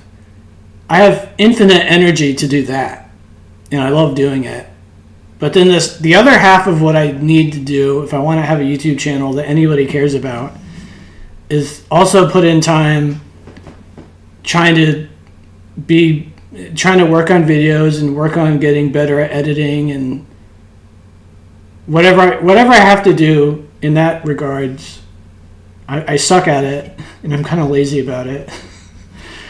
So that's what this guy's making me think of. I can relate to him, where he's really passionate about one aspect of being a musician, which is the making the music part, but he hates everything else that you have to do. He's really lazy about everything else, about having to tour, about having to do interviews, about having to go on Instagram and TikTok and like get yourself out there. Like that all sounds like a nightmare. if you're not good at it, like naturally. Anyways, we're talking about tea towels. Brad says tea towel is what you dry the. It's a dishcloth. Washing up liquid equals dish soap. Okay, so it's a dishcloth. Leanne says, I don't feel you did the work for me. I just feel you encouraged me to listen to more.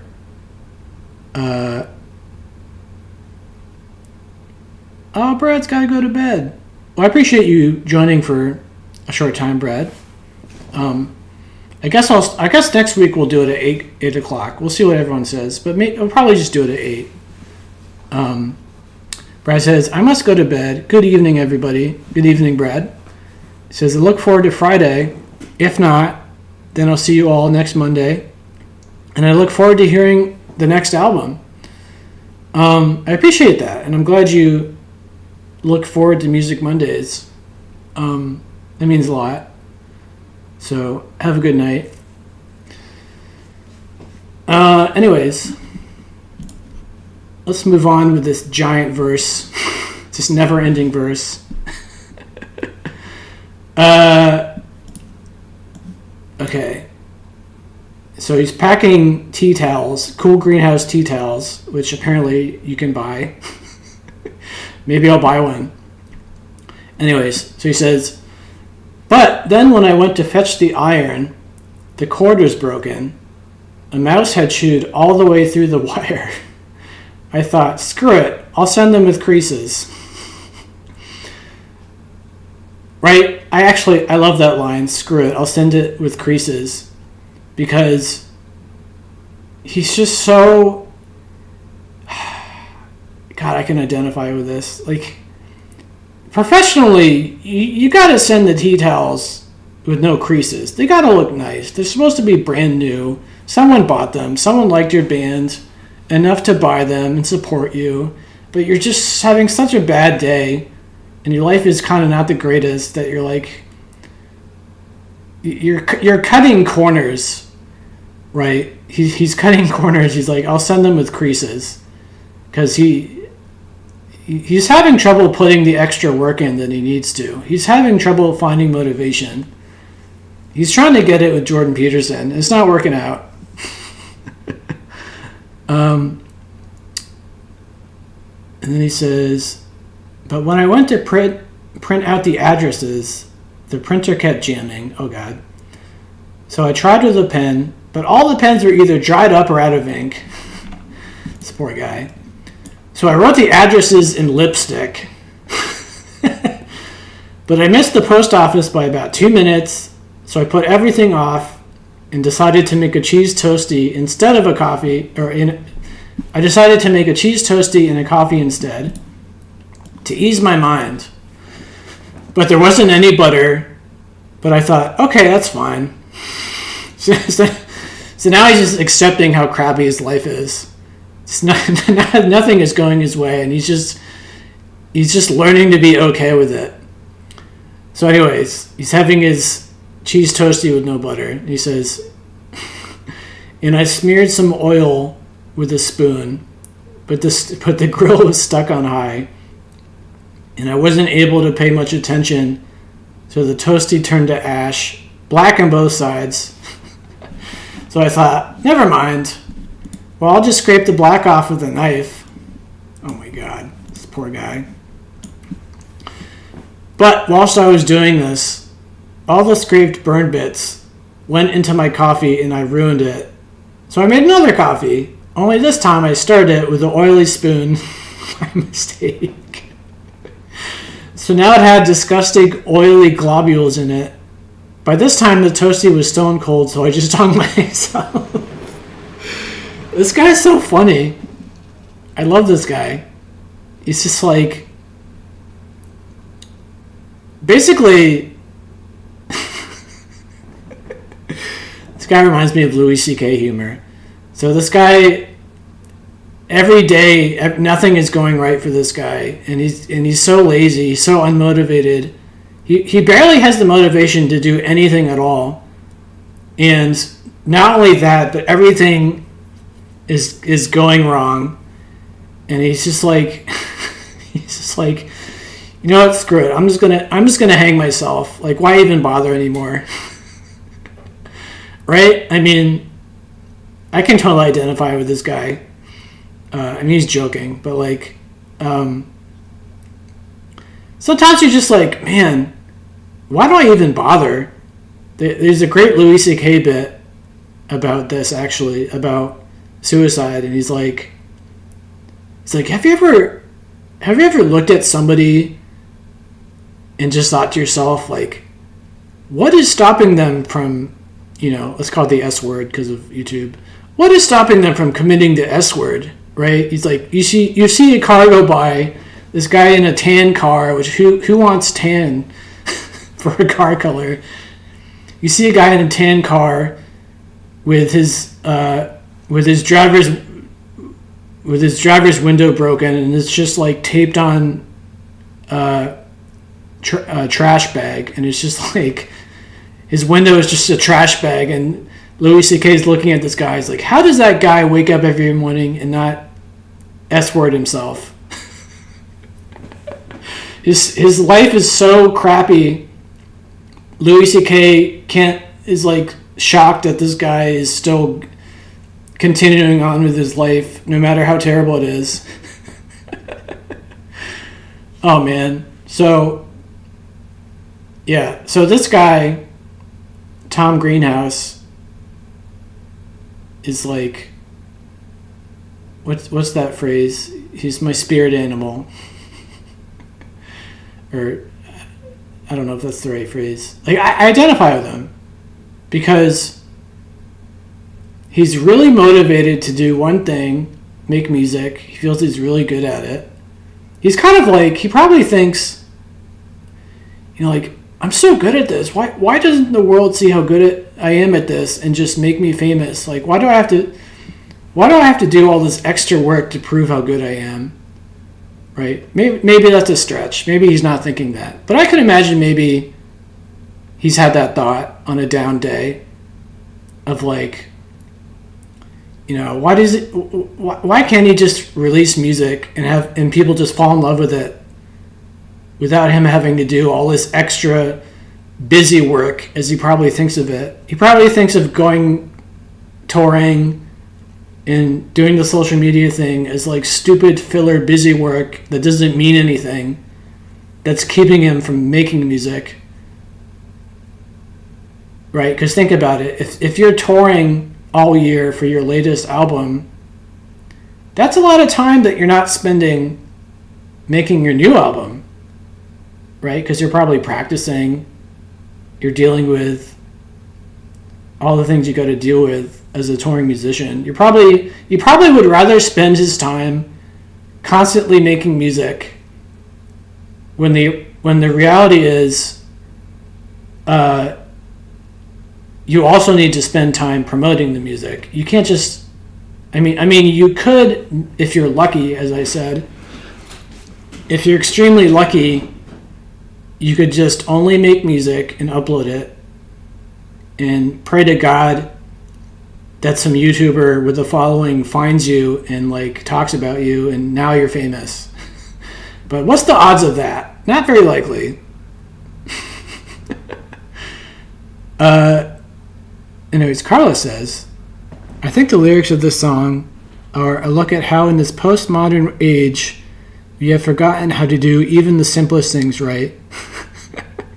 I like that take on it too. Well,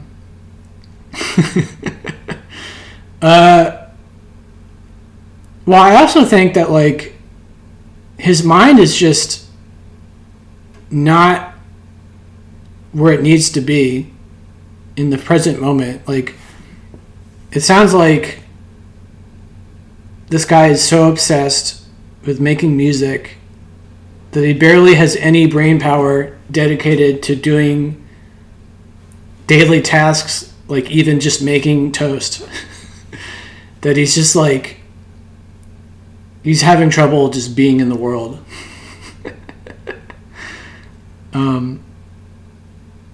Leanne says, Carlos, you should write for magazines. Wait, do you have a channel or something? Or do you do any writing? What is that a reference to, Leanne?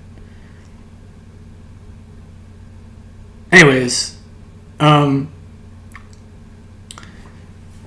yeah, this reminds me of that Louis C.K. bit where like the joke is like, the world is filled with people who didn't kill themselves today. He's like, that's who's here, is everyone who didn't just decide their life is horrible and off themselves. So I can identify with the frustration of realizing that if you want, the best things in life require hard work and motivation. So first you got to get motivated. So he's reading his Jordan Peterson, but then you got to do it. And if you're not good at it, whatever you're trying to do, you got to just keep doing it and learn. If you keep doing it, you get a little better each time. You learn a little bit more. Maybe you read about it. If you're making videos, maybe you study other channels, see what they're doing, see what works for them. Maybe you watch YouTube videos on how to use Adobe Premiere or whatever. Life is not 100% easy, right? Everyone is really good at certain things kind of naturally, I believe. But then everything else they've got to work for to get better at. There are very few people in the world who are just naturally good at everything they need to be, right? If you're a musician like this guy, not only does he have to be good at making music, but he also has to be good at networking and touring and all this stuff. So some people, I would imagine, probably not a lot, but some people are probably good at all these things naturally. And so it's not that big a deal. But I think for the vast majority of people, whatever you're trying to do with your job or your art, you got to face the fact that there's stuff you got to learn and get better at by just doing it. Carlos says, I do write, actually. Oh, cool. Leanne says, Cole, I am referring to Carlos's comment here. Oh, okay. Yeah, I like that comment. That was a really good comment that he made earlier. She says, that should be in a magazine. Ooh. That's some high praise. Carlos says, well, if it ever gets printed, you'll be the first one to receive a copy, Leanne. Oh, man. Anyways, so this guy is not having a good time living. So let's see what happens. Excuse me, on track 3, which is called the UFOs.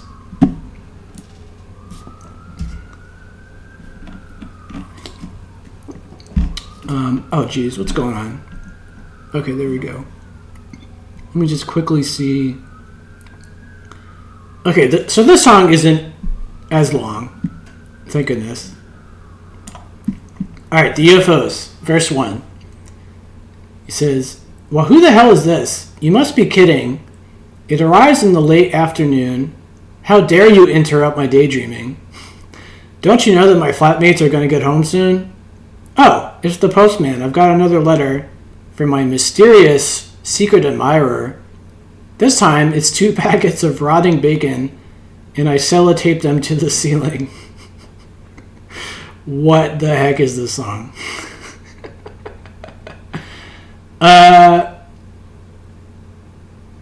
Who the hell is this? You must be kidding. It arrives in the late afternoon. What is going on in this song? How dare you interrupt my daydreaming? Don't you know that my flatmates are going to get home soon? So now he's actually being lazy. He's not doing anything. He's not doing menial tasks, and he's not working on his art. He's just daydreaming. He's probably daydreaming about being successful already. Understandably. He's like, it's the postman. The real world has come to my house. So he's got a mysterious secret admirer sending him rotting bacon. That's such a weird thing to say. Carlos says, the postman is an alien. The postman is an alien. What do you mean by he's an alien? Go deeper with that thought.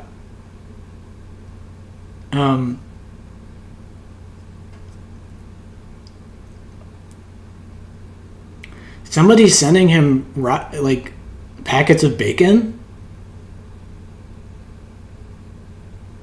This one is kind of going over my head a little bit.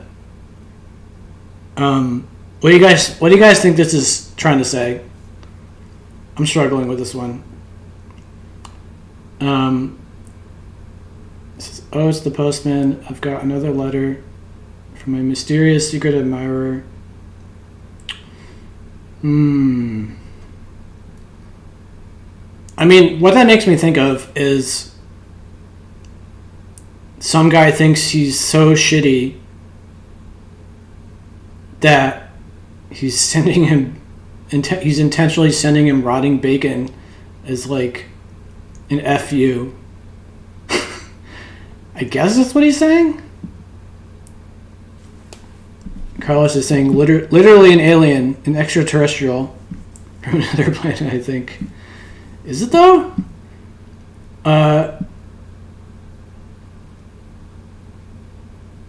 Don't you know that my flatmates are going to get home soon? Dude, I don't know what this verse is saying.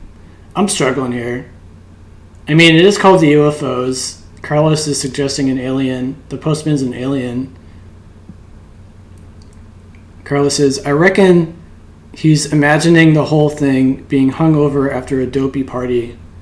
Ooh, that could be it.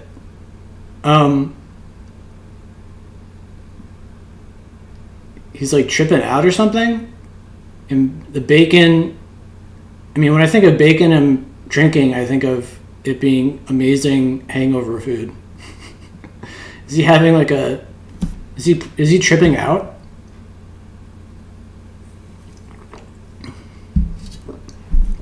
Is he taking drugs? Is that what's going on? I suppose it's possible. He thinks the postman is like a UFO alien because he's tripping out.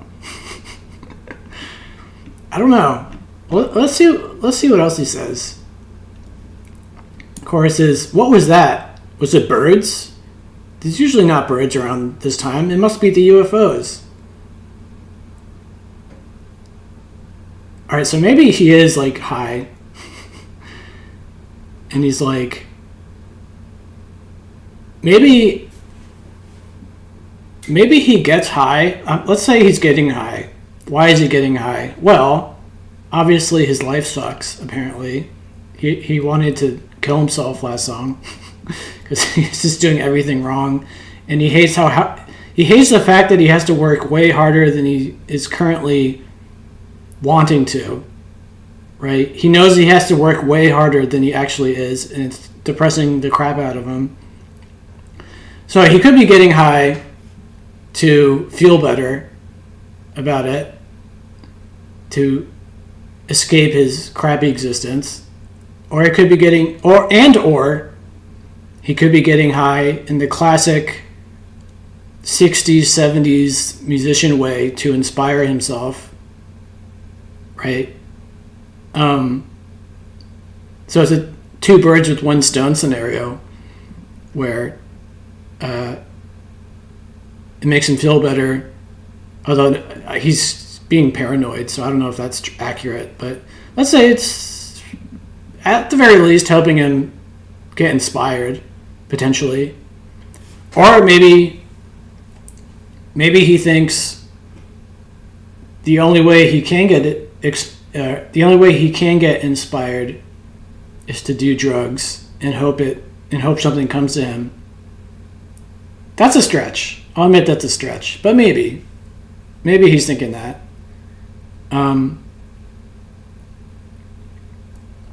But it sounds like he's high, or he's on drugs, and he's imagining things, and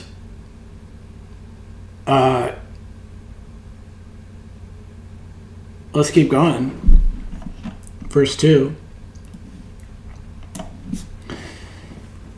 He says, and ever since I applied to that home study origami course, well, the landing's been full of fancy paper, and a swan's been just around the corner, but a lot of things are just around the corner. Just look at your ship in a bottle. It's just a pile of string and kindling when you've decanted gin into the bottle.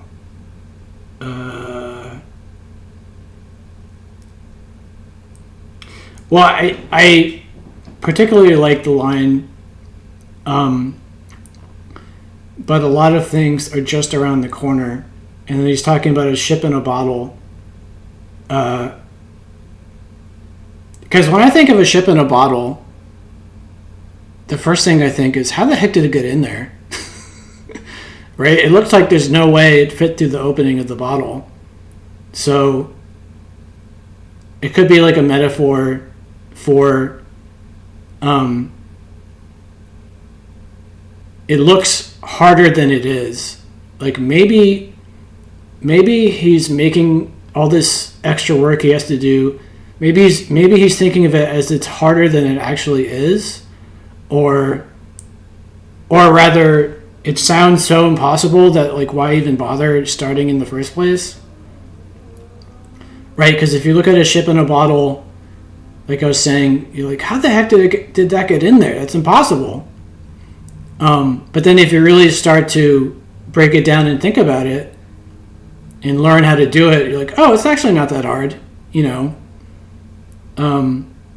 I think those are like folded. Is that how they get it in the bottle? I don't remember, but it's like a metaphor for like what he has to do with his career. It's like it sounds impossible to him. It's like a ship in a bottle to him, where it's like all these things sound impossible. You know, getting a steady band that shows up on time sounds impossible. Getting a social media presence sounds impossible. All these things sound impossible to him, and it's like, why even bother? Like, there's no point to even bother trying in the first place because it's impossible. Is one way to look at it. Another way to look at it is, well, if you really think about it, break it down, dissect it, it's, you know, it's not as impossible as it first looked, like the ship in a bottle. Like, if you really break down how you make those, oh, it's actually not as hard as I thought it was going to be. So I like to think of this as like he's thinking about, this probably isn't what he's talking about, but this is what it makes me think of. So I can imagine thinking of the impossible task of growing a fan base for his band. I can relate to this with my channel. You know, growing a community. It sounds impossible. Like, if all you focus on is the end where you have 1 million fans, it sounds impossible. But if you break it down day by day, step by step, it becomes way more manageable, right? You just work on one thing at a time. You don't have to do everything right immediately. You just work on things step by step. And eventually you'll get the hang of it. And it might even become second nature. That's what this part means to me. I don't know if that's what he's talking about, but that's what it means to me. Is especially because he's talking about origami. He's taking an origami course. And origami in particular looks impossible. Like, especially the really advanced origami that I've seen on YouTube. It just looks impossible. I just look at it and I'm like, how the heck did they make this shape? Like, there are some crazy origami pieces I've seen on YouTube. But they break it down for you, usually in these videos, and it's usually like a piece of paper, this big piece of paper, and each fold is like drawn out on the paper by like triangles. It's kind of complicated, but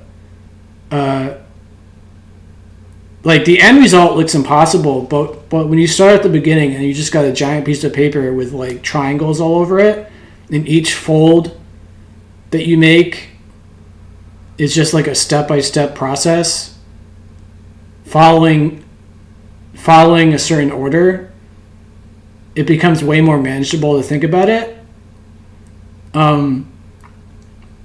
So actually I like that, how he's I'm going to just assume he's comparing it to origami, where the end result, let's say, is him having this great career with a huge fan base and making tons of money, and he's famous now.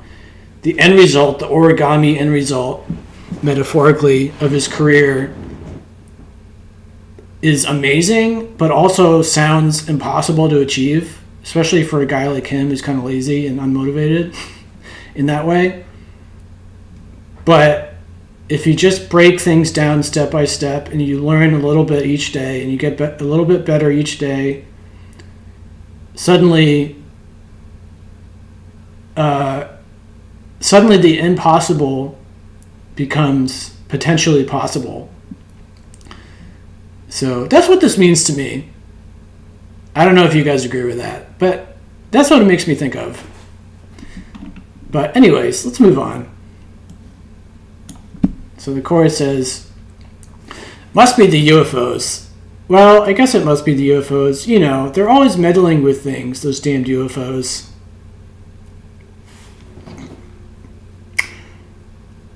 Carlos says, let's not forget that in the UK they call girls birds. Oh yeah, that's true. Did he say birds?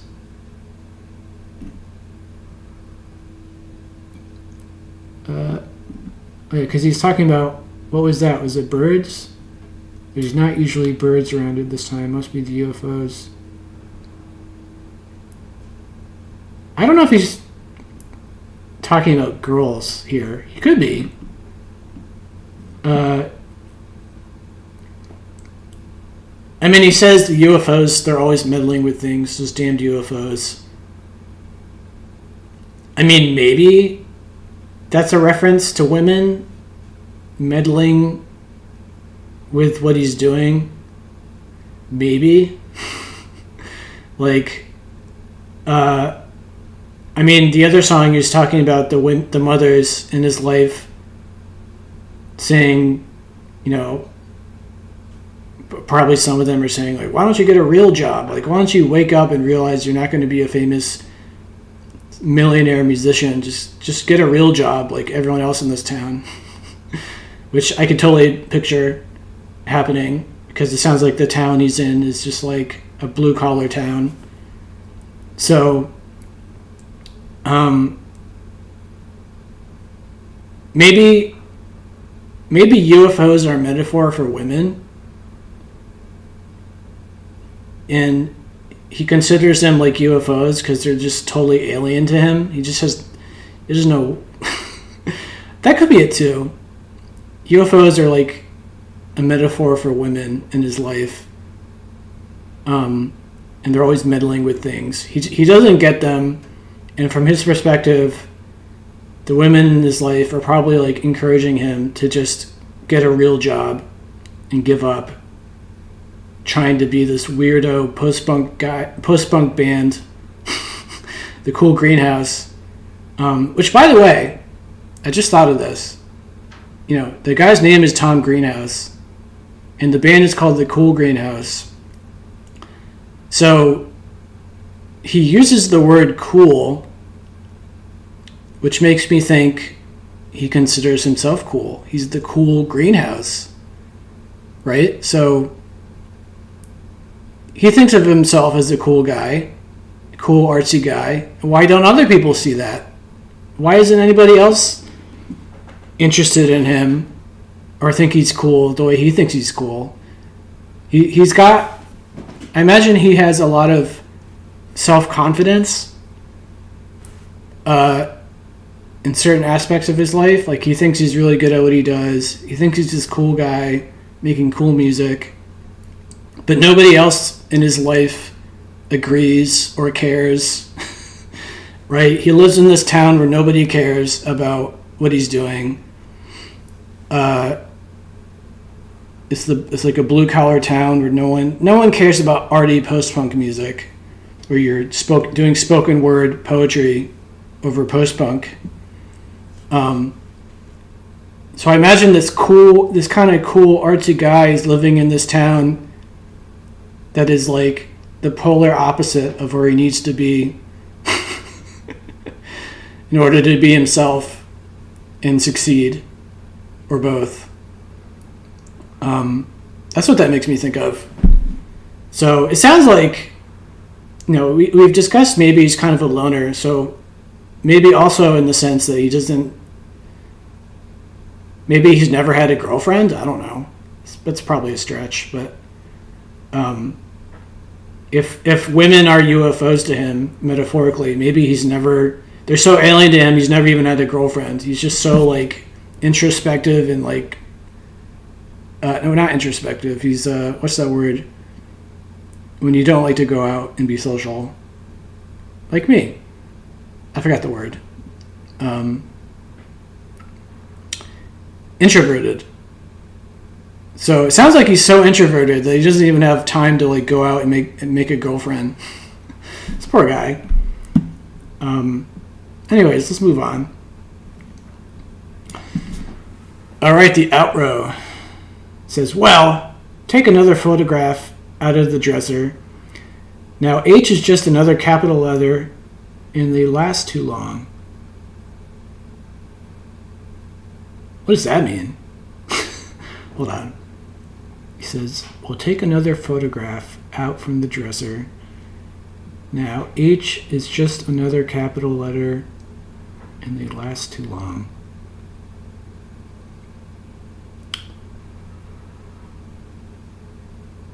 Okay, so I'm going to tell you what I think, or I'm going to tell you what this means to me. I don't think this is what he's saying, per se. But what this makes me think of is a photograph. He says that a photograph lasts too long. So what that makes me think of is it's proof of something he wants to not think about. Right? It's like it's a permanent memory of a part of his life he'd rather forget. Right? They last too long. Photographs will last forever, basically. And, you know, it's probably a metaphor for like memories that he'd rather forget about. Carlos says, the name of the band is a great play on words. The vocalist's surname becomes a cold greenhouse, which is supposed to be hot. I like that. I can't believe I didn't even think about that. Oh my gosh. So yeah, greenhouses are supposed to be hot, but it's the cool greenhouse. So you can imagine that's like a metaphor for his whole life of like we were just talking about. Like he's this artsy guy who lives in this area with no artsy people in it. Right? It's like at odds with each other. The greenhouse is supposed to be hot, but it's cool. So it's incompatible. Like these things are incompatible. He's incompatible with everyone in his life. They're like UFOs to him. Right? He can't relate to anybody. Maybe that's another way of thinking about the UFOs. Like he can't relate to anybody. Right? He's got all these communists. He's making fun of his barber. He's like a pseudo-communist. He's got all these. The few musicians in his town don't really care about music really. They're kind of just full of it. Welcome back, Leanne. Leanne says, I have to fix my computer this week. I listened on the tablet for a bit. Oh boy, that's not good. I hope it's not a costly fix. Leanne says, wow, that's a good one, Carlos. Never thought of that. I know, I can't believe I didn't think of it either, the play on words. Carlos, you're too good. You got to write for magazines. Yeah, so the cool greenhouse could be a metaphor for how he thinks of his role in his society. He's just like totally at odds with everything he's ever known in his life. Nobody in his family understands him. Nobody in his town understands him. Right? Nobody cares about what he cares about. I can relate to this, sort of, in the sense of like, I mentioned last week, I think, how, even I mentioned the hookah cafe I go to. I was trying to like make friends there. But even at the coffee shop near me, there's a lot of young, artsy people there. Some are musicians even. I try to talk music with the people at the coffee shop or the people at the hookah cafe, and I have yet to find anybody who's on my wavelength. What do I mean by wavelength? So, for example, I'm a very curious music listener. I try to listen to every genre. I get very excited by people's favorite music, and I want to listen to it. Right? If we're talking music and you're like, I love this album, I want to listen to it. I get excited. Even if I don't like it, I get excited. Even like the musicians at the coffee shop, I try to talk to them about music, and none of them, at least, it's just the sample I've talked to. It's not everyone, obviously, but the people I've talked to there so far, as one example, have no interest at all in listening to like great older music. like anything more than 10 years old is like of no interest to them, is the vibe I got, which I just find that kind of weird, right? There's a lot of these young indie rock type musicians that happen to work at this coffee shop I go to, and none of them are interested in any like older music. And even one of them was like, I think I mentioned this last week too, even one of them was like, that album was like 40 years old. Like, how good could it possibly be? Or like something like that. It was the most absurd statement I've ever heard. Especially coming from a musician, like an aspiring young musician. I was like, that's the dumbest, I'm sorry, but that's the dumbest thing I've ever heard. Is like, didn't that album come out in the 80s? Like, how can something that old even be any good? It's like, I just couldn't believe the guy said it. It took a lot for me to not respond how I kind of wanted to. I was like, oh, okay, that's fair. That's what I think that's what I said. I was like, that's fair. Okay, teach their own.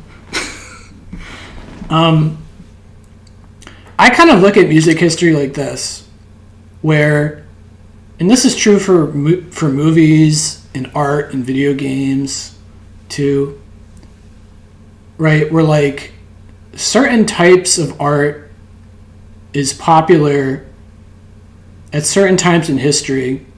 So for example, in the early 80s, new wave music was very popular. And because it was very popular, all of the big artists, or many of the big artists, talented artists of the day, were focused on creating new wave-y music, right? That's what the big talented artists of the day were focused on. Not all of them, but a lot of them, because that was what was selling. That's what was popular, right? So therefore, new wave, most of the good new wave came from the early 80s, because that's when it was big, right? So what I'm saying is, that's how I think of music history, is certain periods of time, during certain periods of time, certain genres of music were really popular, so the talent of the day flocked to that genre. Like blues rock in the late 60s, early 70s was very popular. So that you got your Led Zeppelins and your Jeff Becks and stuff. John Mayall and the Blues Breakers and stuff. So that's one aspect of it, right? Is if you're interested, in general, I would say, if you're interested in a certain genre, you're more likely to find the most interesting examples of that genre from the period when it was the most popular. I mean, that's not like 100% true, but I'd say that's mostly true. Leanne says, you should have punched him in the face. She says, did they also say, all my music comes from TikTok? Well, I've thought about shorts. I don't have TikTok, but I watch YouTube shorts and stuff. And potentially, like, I'm trying to find ways, I'm trying to think of ways to reach more people who are interested in what I'm offering them, right? What am I offering people? Well, obviously, what we're doing now is I'm offering them two things right now. One is hopefully interesting thoughts on lyrics and life in general, right? So hopefully that's interesting and entertaining. I'm also offering you focus, right? Because every week, the focus is, okay, you've got a whole week to listen to this one album, right? You may or may not like it, but every Monday night we're going to talk about this one album that we all tried to listen to. So that's a focus, because there's a million albums out there. Which one do you listen to? Even the ones that are recommended by people, like There's a million albums people recommend. Which one of those do you listen to? Right? So I'm providing a focus too. And then, of course, I have my database, which is mostly what I'm focused on and proud of. Anyway, what was I talking about? Anyway, I was talking about shorts, YouTube shorts. I'm trying to find ways to reach people who are interested in music the way that I am and you guys are, apparently. People who are curious, who want to try to branch out. And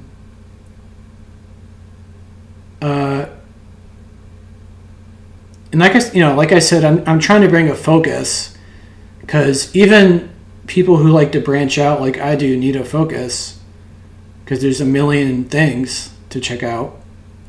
So, like here's my blog. Where is it? Hold on. No. So here's my blog. My blog is just a focus. It's a priority list of, every album, whether it's a 3-star album or a 1-star album. I like all these albums, some more than others, right? Obviously, these I like more than these. I think that's self-explanatory. But all of them I would like you guys to check out, in the sense that I'm trying to argue they're interesting enough to check out in the first place. And then this is just like a priority list, right? 3-star albums being at the top of your potential queue. 1 stars being at the bottom is another way to think about it. Hold on. I'm trying to bring focus to people who are musically curious. I'm musically curious, and I ask myself, what do I listen to? There's all these genres out there. There's all these different decades. There's all these different things going on. What do I listen to right now? I only have 2 hours after work. What do I listen to? So my answer to that question is, I want to listen to something that has the highest chance of being interesting. I might not find it interesting, but I want something that has the highest chance of being interesting to me. Does that make any sense? That's you guys are probably like, that's an obvious statement. Maybe it isn't. I don't know. Anyways, back to the song. Guy's talking about photographs, and he says they last too long. I just like the idea of the photograph, like I said, being a kind of metaphor for proof of memories, right? Because this might sound weird, but I've done some things in the past I regret. And a mental trick I play on myself sometimes to get over these sad memories is to pretend like they never happened, right? Like, oh, I never did this thing, or this thing never happened to me. And if I pretend it never happened, then I feel better, right? But memories are just like made up stories.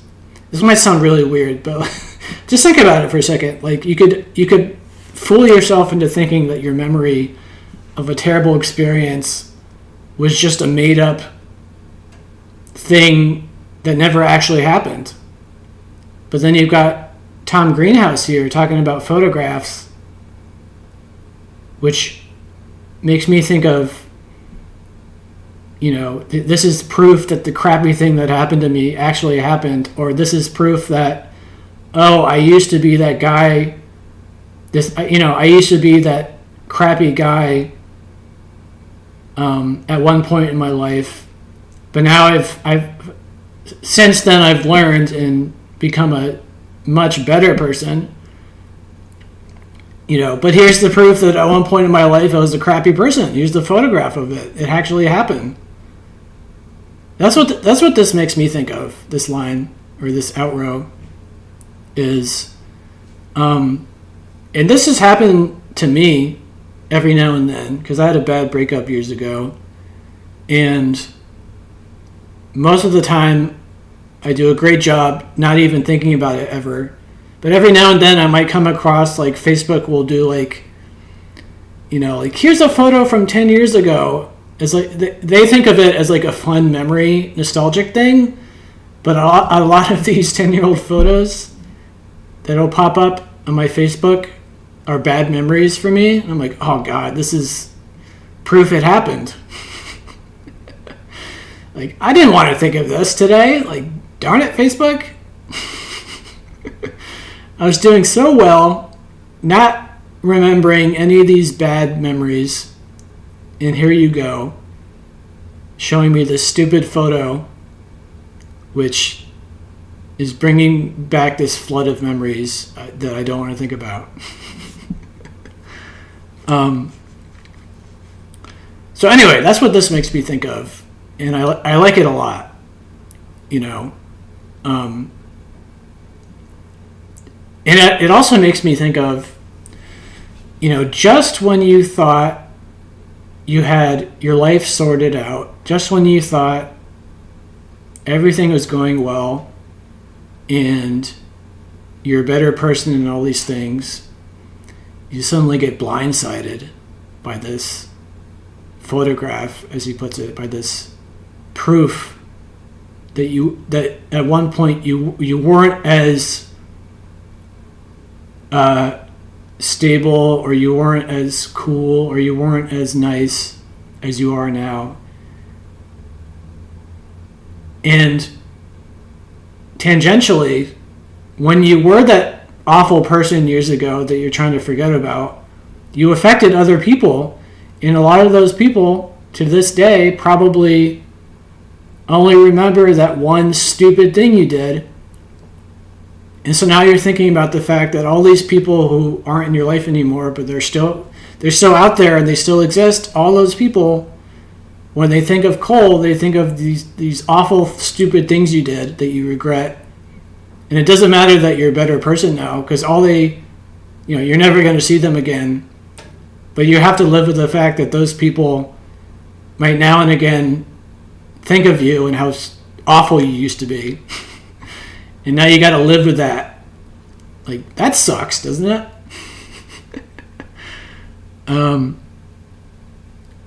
Leanne says, if she doesn't love records, you don't need her anyways. I mean, it was actually, honestly, like, she wasn't, like, really into music. However, thinking about it, it was kind of a good situation because I got to play anything I wanted in the car. I would blast music in the car whenever we went anywhere, and it didn't matter what I played to her. She never said, like, oh, can we not listen to that? That's a little too this, or that's a little too that, right? I would play any type of music, by the way. Rap, electronic, country, whatever. Actually, no, she wouldn't let me listen to country, which is not a huge loss. I'm not like a huge country fan, but that's the one thing she wouldn't allow me to play, which was okay. But what I'm trying to say is, it was kind of a blessing in disguise that she wasn't terribly into music, because, like I said, I just got to play anything I wanted and blast it, and she had no problem with it. Like, that's awesome. I can imagine a future girlfriend who's really into music and who really wants to play music in the car that maybe I'm not that into. I'm imagining that future, and I'm like, how would I feel about that? I'm sure I would get over it because I love her. But I never had that thought until, like, recently. Leanne says, I don't agree, Cole. Men are pardoned. Boys will be boys and such. What do you mean? Like how I used to act in the bad memories I have? Is that what you mean? Or what do you mean by boys will be boys?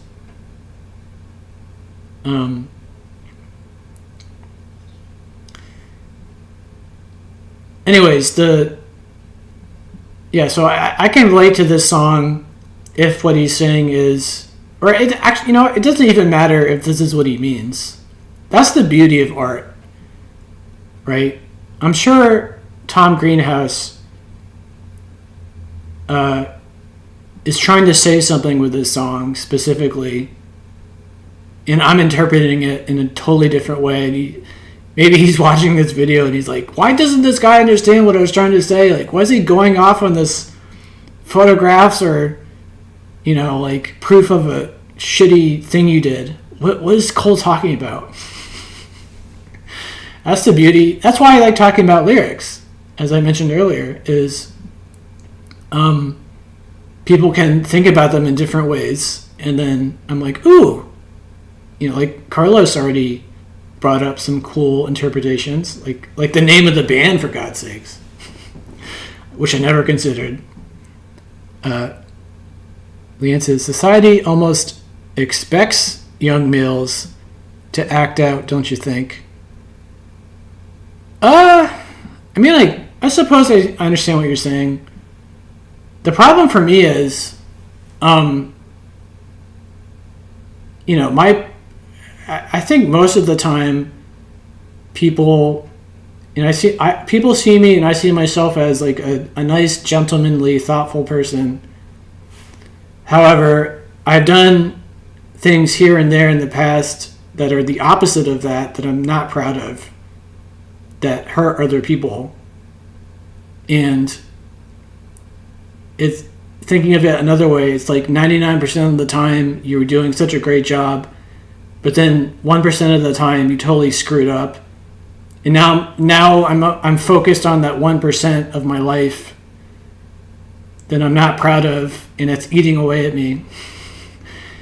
In addition to that, I don't know if this is true, but I would imagine that if the last thing you did to somebody was shitty, then they're going to forget about the 99% of the time where you weren't shitty and focus on that 1%. And that's all you are to them forever if they're not in your life anymore.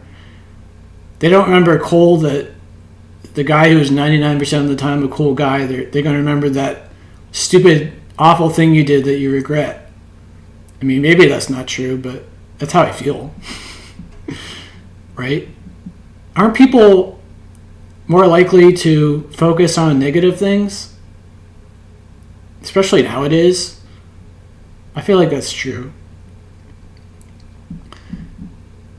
Leanne says, I always picture my husband putting me in a soundproof room. Oh my gosh, that'd be great. If I had a soundproof room to blast records, oh my goodness. Leanne says, I like your phrase, music curious. There's nothing wrong with not being musically curious. In fact, there are more things that I'm not interested in than I am interested in. There's like a million things I don't care about at all that other people love and are all about, like sports. I don't care about sports. I live in America where the NFL is like the basketball and the NFL and baseball are like all. It's what guys seem to talk about when they hang out. Is like, bro, did you watch the game? Oh my god, OMG. And I'm just sitting there like, I don't know what you guys are talking about. I don't even know the rules to football. How sad is that as an American? Like, I don't even know the rules of football, let alone watch the games every week. Carlos says, they say that people will forget what you think what you say, and even what you do, but they will never forget how you made them feel. Well, yeah, but what if I make them feel terrible because of the stupid thing I did? And now all I remember is me making them feel terrible. I mean, so I don't know if I mentioned that I'm bipolar. So basically what I'm referring to is a couple manic episodes I had years ago. And when you're manic, you're basically a totally different person. Usually kind of an asshole, which I was in that period. So, it's like the annoying part of that is the fact that, like, your behavior, if your bad behavior now requires explanation for what was that all about, especially if they've known you for a long time. It's like, I don't get it. Cole was like such a nice, gentlemanly, thoughtful guy for 35 years, and then all of a sudden now he's like this total full of himself jerk. Right? How many people are like seriously thinking about that? It's like, that doesn't make sense. It makes sense if you understand that I'm bipolar and was manic when I did that stuff. Then, like, oh, okay, well, that makes sense. But, like, how many people care enough to even think about it? They're just going to remember you being shitty, and that's that. It's how it feels to me. I could be wrong. Maybe none of them feel that way, but that's how I feel that's what I think they feel. But anyways. Oh my goodness, it's almost 1 o'clock. Maybe we should do one more song and then call it a day. Let's see how long this other song is. Oh my god.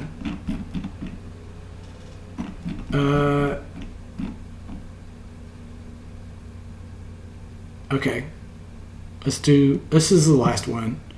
So this is Get Unjaded, track 4, with another super long verse. Okay.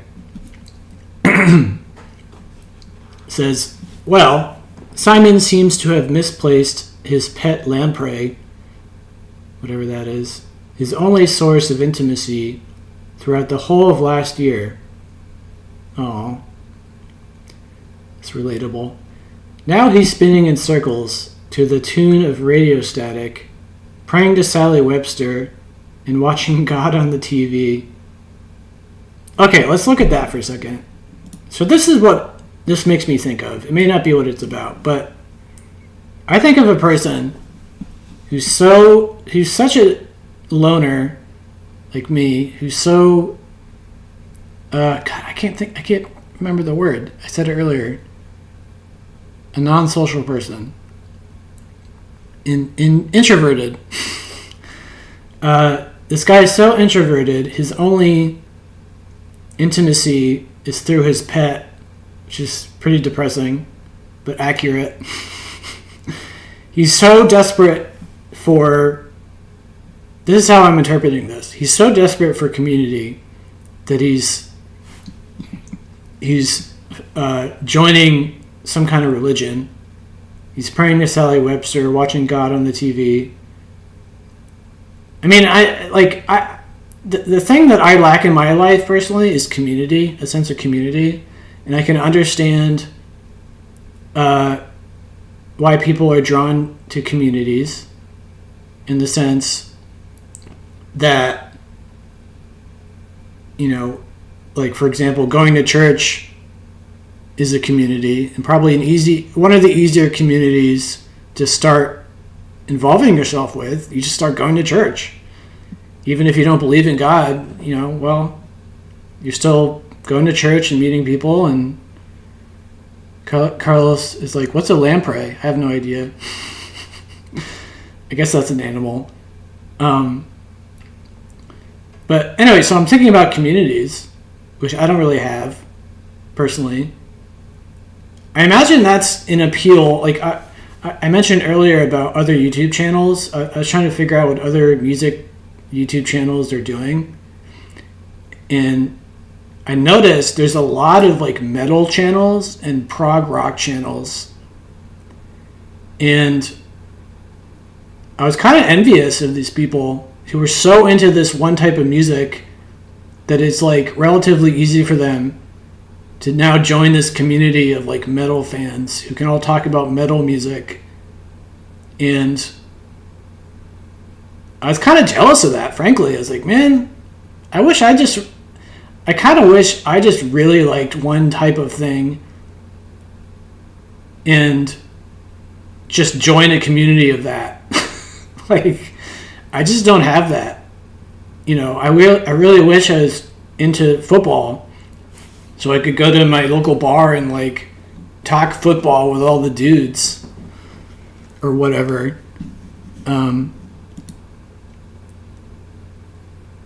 Leanne says, lampreys are straight out of horror films. They look like shower heads, but instead of holes, it's teeth. Oh my god. And they have long penis-like bodies. They attach to fish and suck them dry, basically. Oh my god. Jeez Louise. Like a worm with teeth, says Carlos. That sounds frightening. So anyway, so right now this song is making me think of a loner like myself who has no community and is desperate for one. So he's turned to religion because it seems like, first of all, religious people sound pretty accepting of new people trying to join church, I would imagine. Maybe that's not true, but I imagine it is. So now he's really getting into that. You know, let's see what goes on the rest of the song. Can't cook, won't cook. Tinfoil's only good for hats these days. Screen time's the new sustenance. Now that's what Simon says. And if he feels empty, well, the response is automatic. Just open up Animal Crossing and feeds his avatars to broccoli.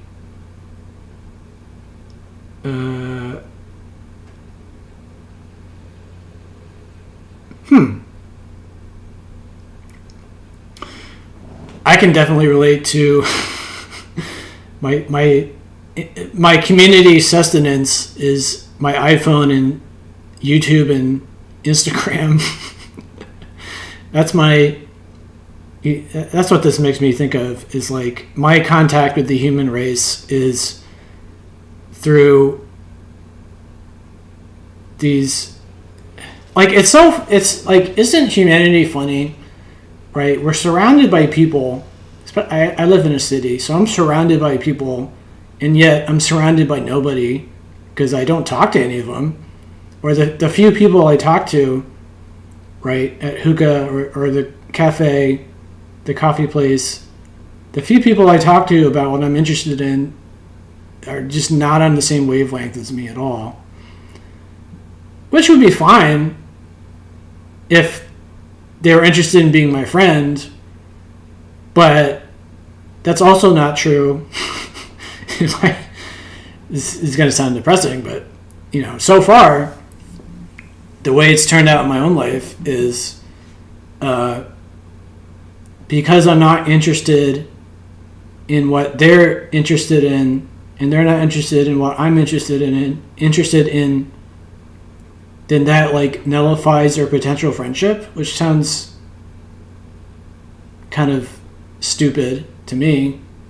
Like, we don't necessarily have to be in the exact same things to be friends, but it feels like that's what's been the story of my life so far, is because I'm not so into sports and because I'm not into certain things, or like because I'm not a struggling artist, that certain people like don't want to know me or be my friend. It's like, it's just weird to me. So, you know, his social sustenance is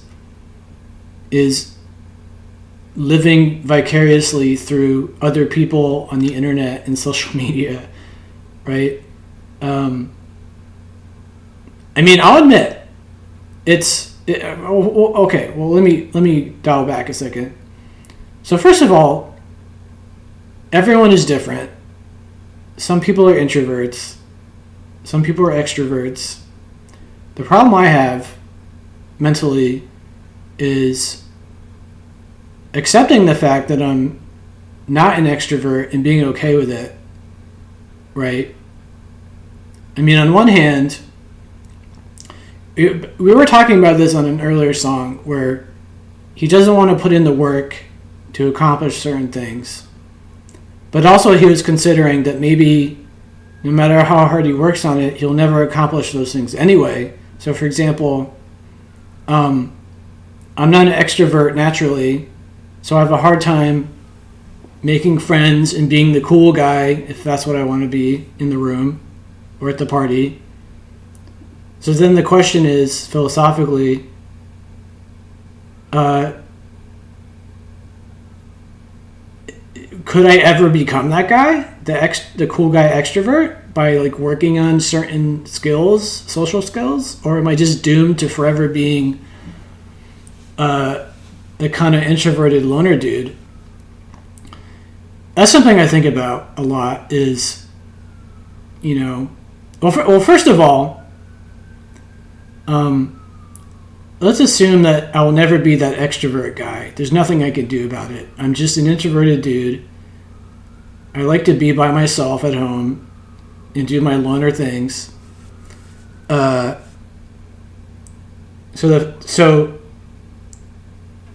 the first thing you gotta do is be okay with that, right? Because you can kind of think of it like, let's use the rich guy, poor guy example of like the poor guy who's constantly jealous of the rich guy. Or even, let's take the cool greenhouse, the talented artist who's jealous of the famous artist who doesn't seem to be as good as he is, let's say. So, shoot, what was I trying to say? I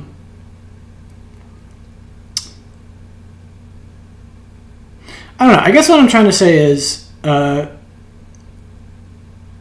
there's a mental struggle I have with accepting who you are, but also wondering if you could be someone else if you tried hard enough. That's what I'm really trying to say. So, are people born a certain way? They have a certain personality. They like to do certain things. They don't like to do other things. Is that person forever stuck with a certain range of things that they can and can't do? Or can they teach themselves to expand that bubble of their experience, let's say, metaphorically? So for me, right, I have a bad time networking and being social and making friends and being a person people want to actively be around a lot and invite out and stuff and hang out. So am I doomed to never be that person, or is there a way for me to build up a skill set to become that person? That's kind of the mental philosophical struggle I go through, and maybe this guy's going through with this song, where like he's so desperate for a community that he just says, screw it, I'm just going to join a church. They accept everybody. I probably don't believe in any of that, but like, hey, it's an easy into a community of people who are all into the same thing. Right? And on this verse, he's trying to get his social sustenance through screen time, as he puts it, Facebook and Instagram and stuff. And he feels empty because he has probably has nobody in his life, right? His only intimacy is his pet lamprey. Which, by the way, a lamprey sounds like a horror creature, which makes me think of, this guy is such a weirdo that his pet is a lamprey and not like a cat or a dog, right? He's so out there. He's so unlike everybody else that even his pet makes no sense to most people. He's got this pet lamprey. Like, who has a pet lamprey? Anyways, Leanne says, this song's lyrics may have been made by fashioning lines from cut-up large print books. How's that for going into a magazine? It's an interesting thought. Cool. Take a second and look up lamprey. I don't want to have any nightmares. Maybe tomorrow. Lance says, Cole, I think it would be great for you to date a bookworm. She'd get you to read more and you to get her to check out tunes. Well, that's actually who I dated, was a bookworm last time. So, yeah, we did try to fill in each other's gaps. Anyways, let's keep going. The chorus. Better get unjaded. Unstifled now. Gotta get unjaded, but I just don't know how. Oh man. Identify. So, I like this a lot because in my own life, I think about this all the time, where sometimes ignorance is bliss. That's what I think of when I hear jaded, is ignorance is bliss. So, for example, the sushi where I live is terrible, but I moved to Los Angeles, lived there for a couple years, and had sushi there, which was way better, like miles better. And so the point I'm making is, I had no problem eating the bad sushi back home where I am right now because I didn't know any better. I was unjaded. So I had no problem eating this not so great sushi because it's all I knew. And frankly, now I know better. And so I can't help but remember the good sushi when I'm eating the current bad sushi where I live. Does that make any sense? I mean, you can apply that same concept to a lot of things, like music, for example. So, here's an example for music. So, I would argue, let's say that if you pick a genre and you just brute force listen to every album in that genre, I would argue it's probably going to affect your benchmarks of quality. You're going to be like, well, in this genre, these guys, like, let's say grunge, like, I would argue if you listen to every grunge album, Nirvana is like at the top, right? So in other words, your perspective is forever changed now because you have so much experience, right? To me, being jaded means you have way too much experience in a particular subject, whatever it is, right? You kind of know better. It's like when I watch those British baking shows, and you've got the world-renowned bakers judging all these amateur bakers, and they're trying to describe like what's wrong or what's right with the pastry. It's like, well, all of their criticisms are based off of having done this for like decades, and think about this, like you as the amateur baker, because you don't have as many, you don't have as much experience. You don't even you might not even be able to understand a lot of their criticism because you don't have the experience to relate to what they're talking about, right? That's the problem with judging things, I would argue, is the problem with judging anything is the reality that not everybody has the same level of experience in whatever you're judging, right? So if some guy has been a pastry chef for 40 years in, like, you know, the best restaurants in the world or something, and he's judging some amateur guy's pastry, you would imagine that guy, he probably knows what he's talking about. whatever he has to say it may not be true, but there's a really good chance, I would imagine, he knows what he's talking about. Whatever good or bad thing he has to say about your pastry, you know, he's been there, done that a million times over. So that's a whole nother philosophical tangent I go on sometimes, is the idea of how do I want to start this thought? The idea that experience, a lot of experience in something doesn't necessarily mean you know what you're talking about. So let me explain that. Here's an easy example. So you're learning guitar.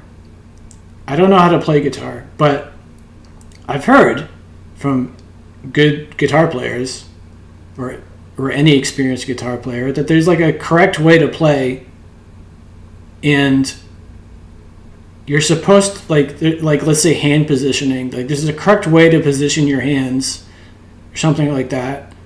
And so when you're practice this position. It may be awkward at first, but that's the right way to do it. So that's correct experience. Incorrect experience is trying to learn how to play guitar with an improper hand positioning, whatever that might look like. You could use this metaphor for other things. I'm just using guitars. But like you could spend 10,000. They say it takes 10,000 hours to master something.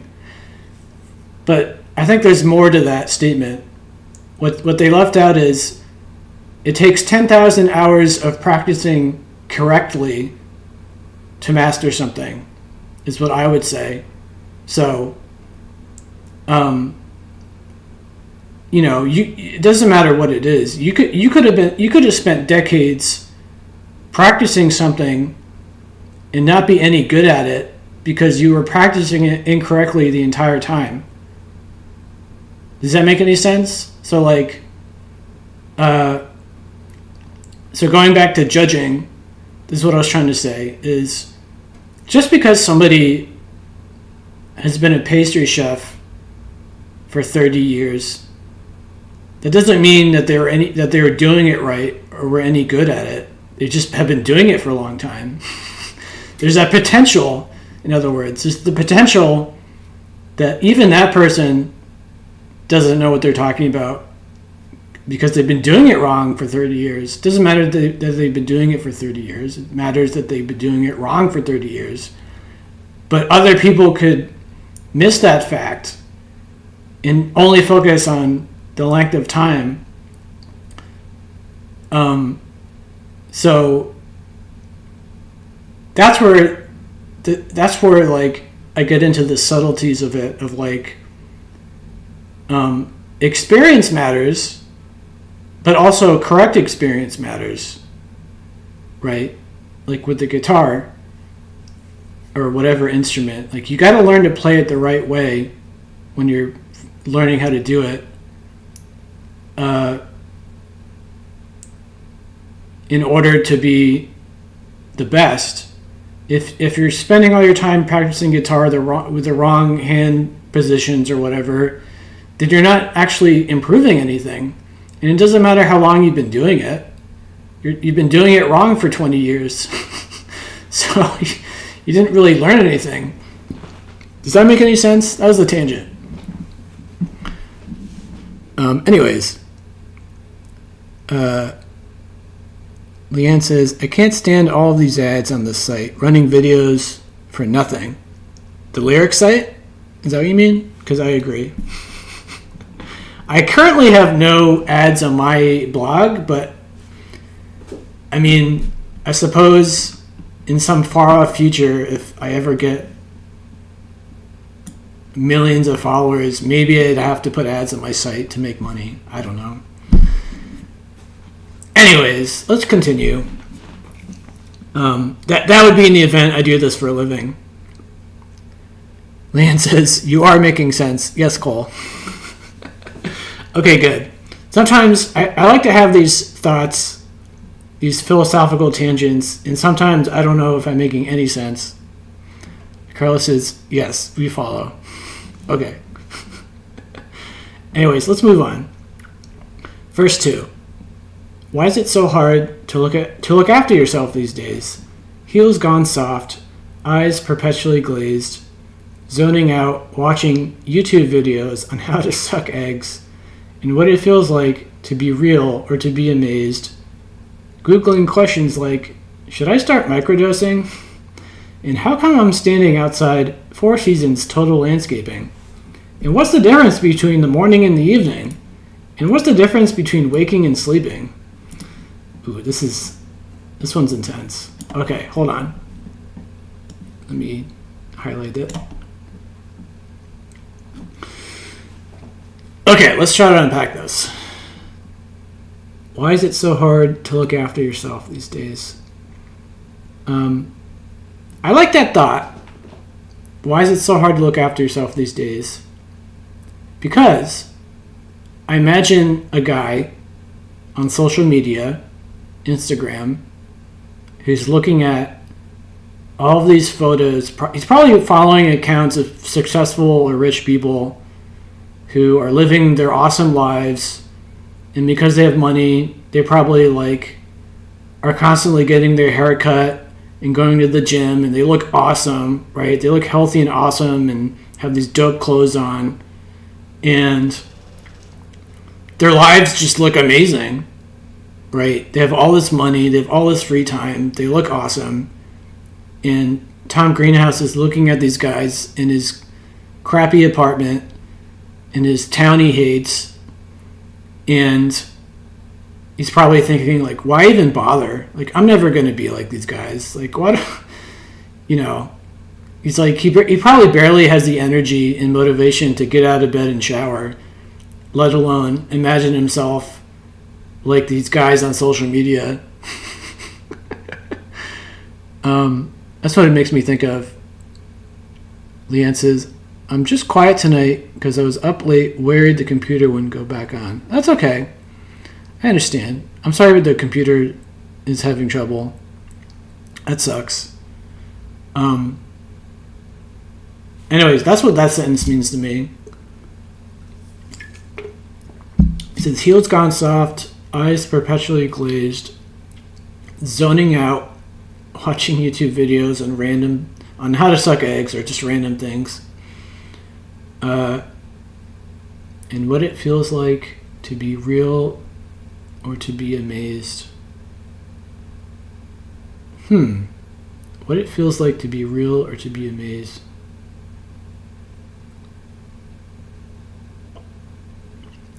I kind of like that part, but I'm not sure what it means yet. What it feels like to be real or to be amazed.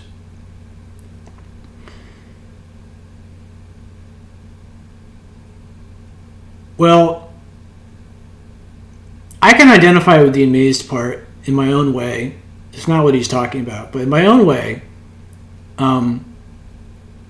what am I really doing when I'm researching music? What am I really trying to do? I mean, okay, I'm trying to share stuff with people and talk about it. That's true.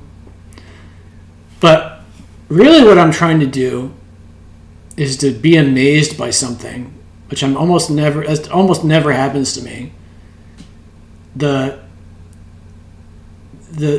songs and albums I share on my site are what personally amaze me, which is like, it's like a drug addict chasing his next high, and every time the next high is harder to reach than the previous one. That's kind of what it feels like for me when I go through music, is I'm constantly searching for my next high, right? And it's, in a lot of ways, it's kind of depressing to think about, because it's super rare that I find one. Although when I do find one, I really appreciate it, which is another way of looking at it, right? It makes me appreciate the stuff I already know about, that I already like. So that's a positive spin. He says, and what it feels like to be real. That kind of makes me think. So this is another like tangent. He's not talking about this, but what that makes me think is, his perception of reality has been skewed by social media, because everybody on Instagram is like living this amazing life, right? Going on trips to the south of France on their yacht, buying Lambos and stuff. And he's probably looking at all these successful musicians with their $20 million Beverly Hills mansions and whatever they're doing. And it's kind of like, if you're not as successful as these guys, are you even real?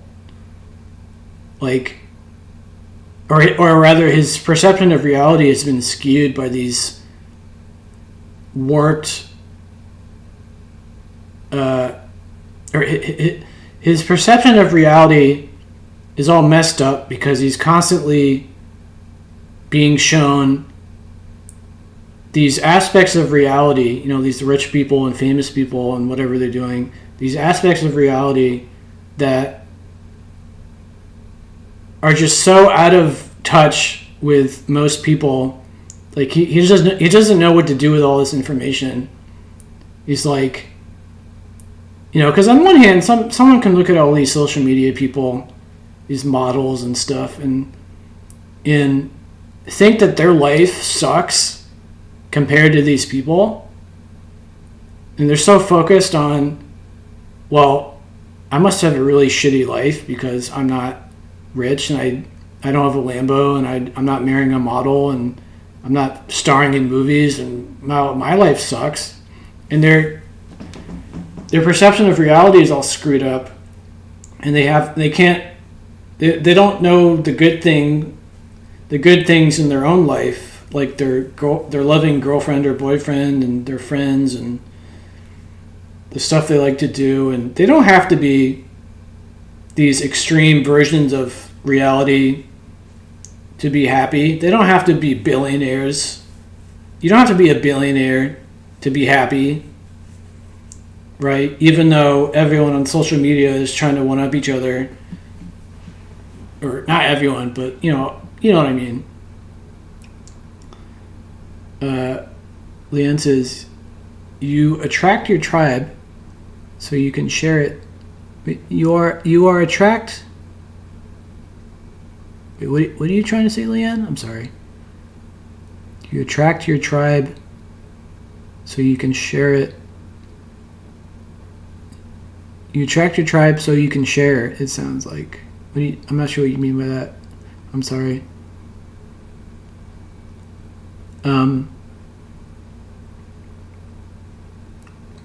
Well, anyway, he's just making me think of the one of the negative aspects of social media is it's very easy to fall into this trap of like following these accounts that are all about like showing off how hot they are and how rich they are and how much fun they're having and how many friends they have, and then comparing your own life to that and thinking that your own life must be shitty because you don't have any of these things, maybe. When, if you really, if it weren't for social media, you probably wouldn't even be thinking about these things. You'd probably just be fine. Leanne says, you want to attract your tribe so you can share music.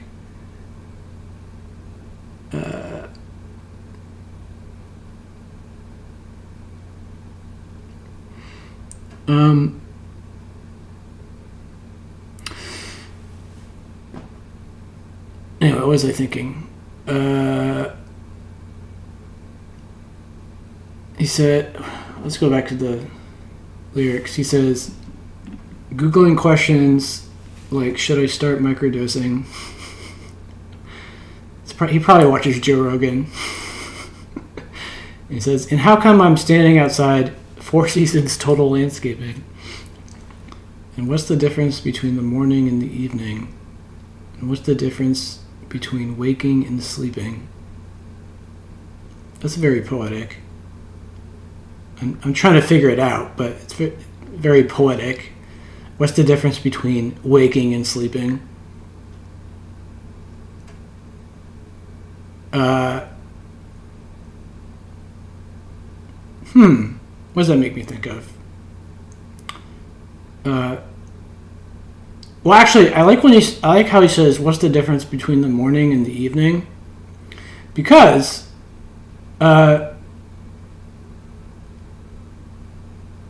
you think of the morning as obviously it's light outside and you're supposed to do certain things in the morning that you're not supposed to do at night in the evening, and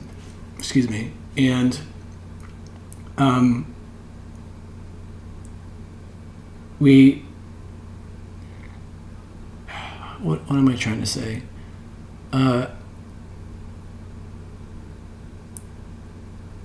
We like to order things, so like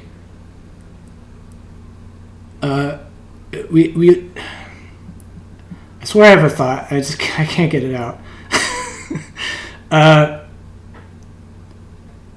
We like to categorize things so much that we can't think outside the box, right? We just say these things are in this category and those things are not, instead of being open to the possibility that, he's talking about social media and people are successful and being tempted to be jealous of those people. So what I'm saying is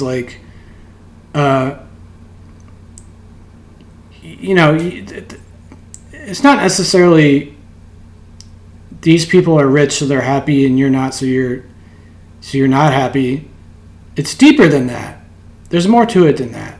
It's not, oh, I have this, so I'm supposed to be like this. It's just, you are the way you are, and not everyone lives the same life. Not everyone has the same things. An extreme example is, obviously I'm not disabled, but there's plenty of disabled people, and they could spend their whole time or being jealous of everybody, being jealous and miserable of everybody who isn't disabled. He's making me think of the fact that we need to stop concentrating our energy on the differences between people. Obviously you can note the difference between people, but we obsess over it to the point where we don't look at the positives of our own lives. We're so focused on how we're not as successful and rich and good looking as some person on Instagram. We lose ourselves to that thought instead of thinking about what's going on in our own lives and what we have to be thankful for and what we have in our own lives that we enjoy and love. it's like, it's like metaphorically, he's the morning, in the social media guys are the evening. He's like separating them, when maybe another way to look at it is they're both people, and some just have things that you don't have, and you have things that they don't have, and no two people are the same, or have the same things going on in their lives, and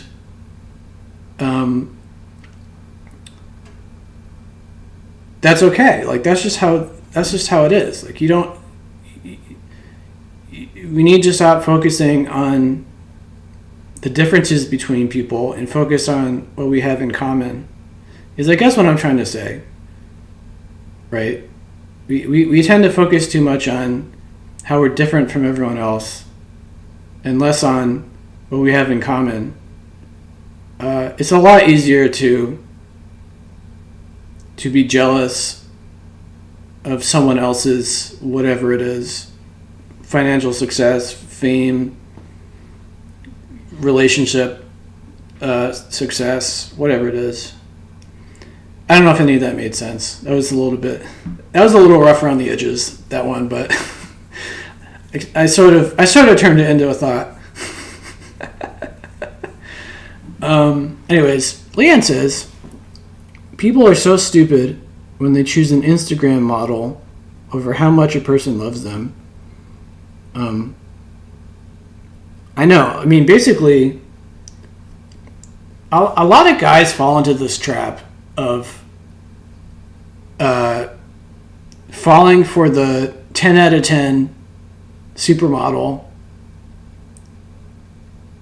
instead of, the cool girl, like the girl who really loves them and has a lot of things in common with them and maybe isn't like super good looking, but they're average, but their compatibility is so much higher, right?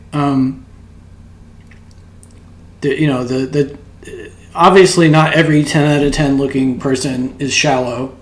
That's a stupid thing to say, but that's like a stereotype. Is all they've got going for them is their good looks, which is not always true, as I just said. But that's what people say. Metaphorically, is you gotta focus on what's gonna last, and looks don't last. You get old. You're both 80 years old now, and it doesn't matter how good looking you were in your 20s and 30s. At 80 years old, you're not going to be a stunner, probably. So, therefore, you got to focus on the person who loves you and who has a lot in common with you, and that's what matters, right?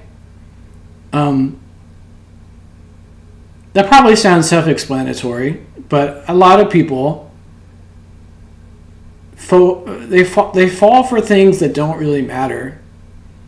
Like for example, it's not even like a beauty thing per se. It could also be like, let's say they're looking at Instagram and they're jealous of this guy's mansion, and they're so caught up in the thought of, well, if I just make enough money to buy my own mansion, I'll finally be happy and content.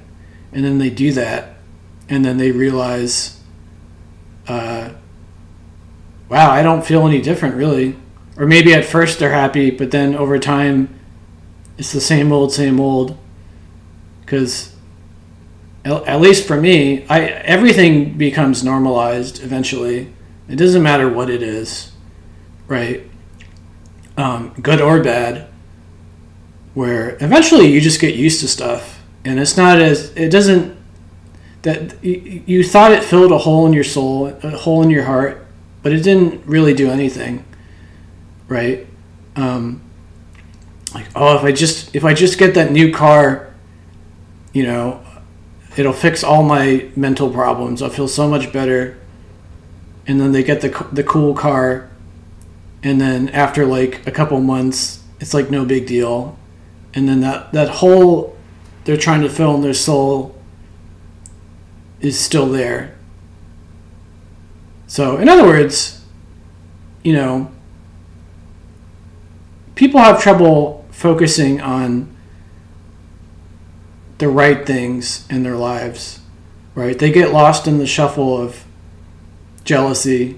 They get jealous over the wrong things, like with the supermodel guys can fall in the trap of like, I wish my girl was a supermodel, and then they lose sight of the fact that, well, their girlfriend is awesome and nerdy and goofy and they like the same things and,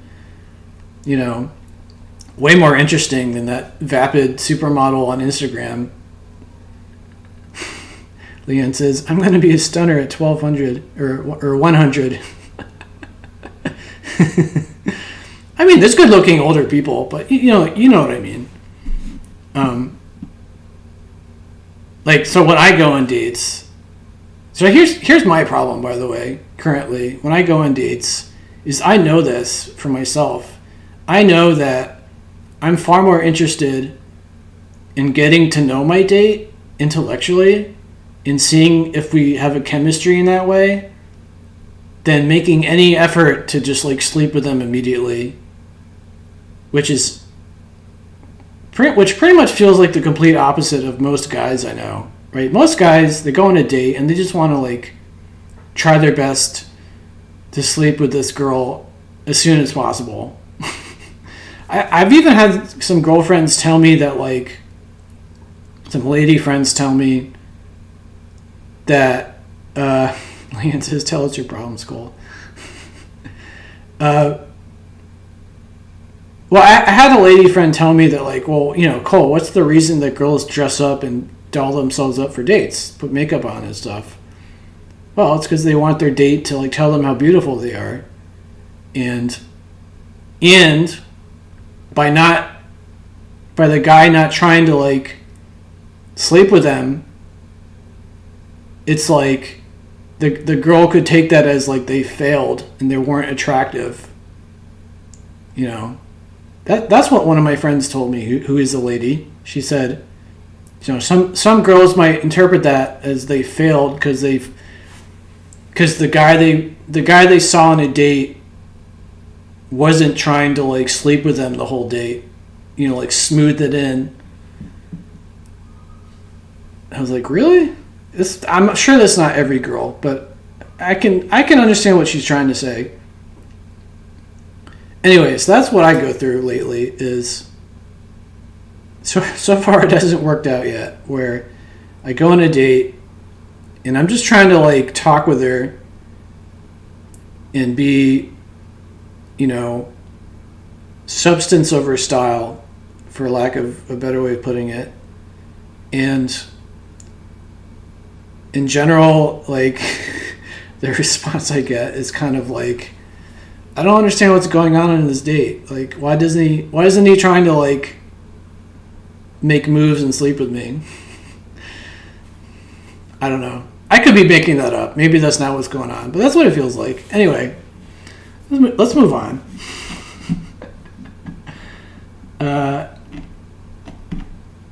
Okay, let's go to verse 3.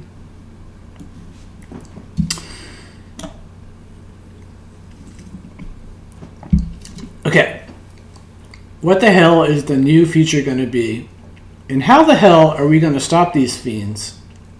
The man asked Susie from the comfort of his documentary. Well, it's all violence upon violins. Forget self-expression. Forget sentimentality. Forget the gods. Forget freedom. Forget offline reality. I'm blowing bubbles, decreasing in size exponentially. Come climb inside and watch 10 hours of slime ASMR with me. Oh my god. This is a bizarre verse. What do I think of this? Okay. Give me a second, guys. Well, yeah. So, okay, what the hell is the new feature going to be? So, first off, I kind of understand what he's maybe trying to get at here. Of like, things are already screwed up right now. With our, we've got we've got computers in our pockets that we're always looking at constantly. We've got social media that we're constantly comparing ourselves to, and it makes us feel unworthy a lot of the time and depressed. He's like, what is this gonna, where is this heading? Where is all this crappy new behavior and technology having us head towards as a people, as a human race? Like, what is the end result of all this social media and technology where we have access to all these people around the world, and yet it feels like, it's like how I was saying earlier, how it's ironic how I live in a city and I'm surrounded by people everywhere, and yet I still feel lonely because I don't talk to any of them. Anyways, let's see. Forget self-expression, forget sentimentality, forget the gods, forget freedom, forget offline reality.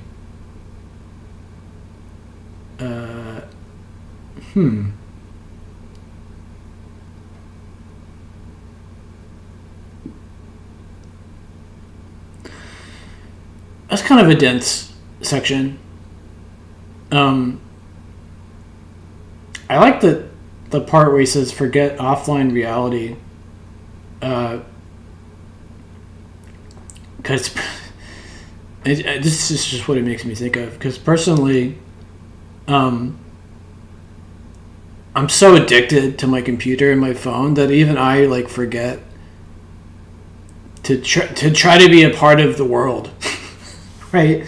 I'm so addicted to YouTube videos and video games and listening to music that I there's so much stuff I can do that isn't social and part of the real world, quote unquote, that like I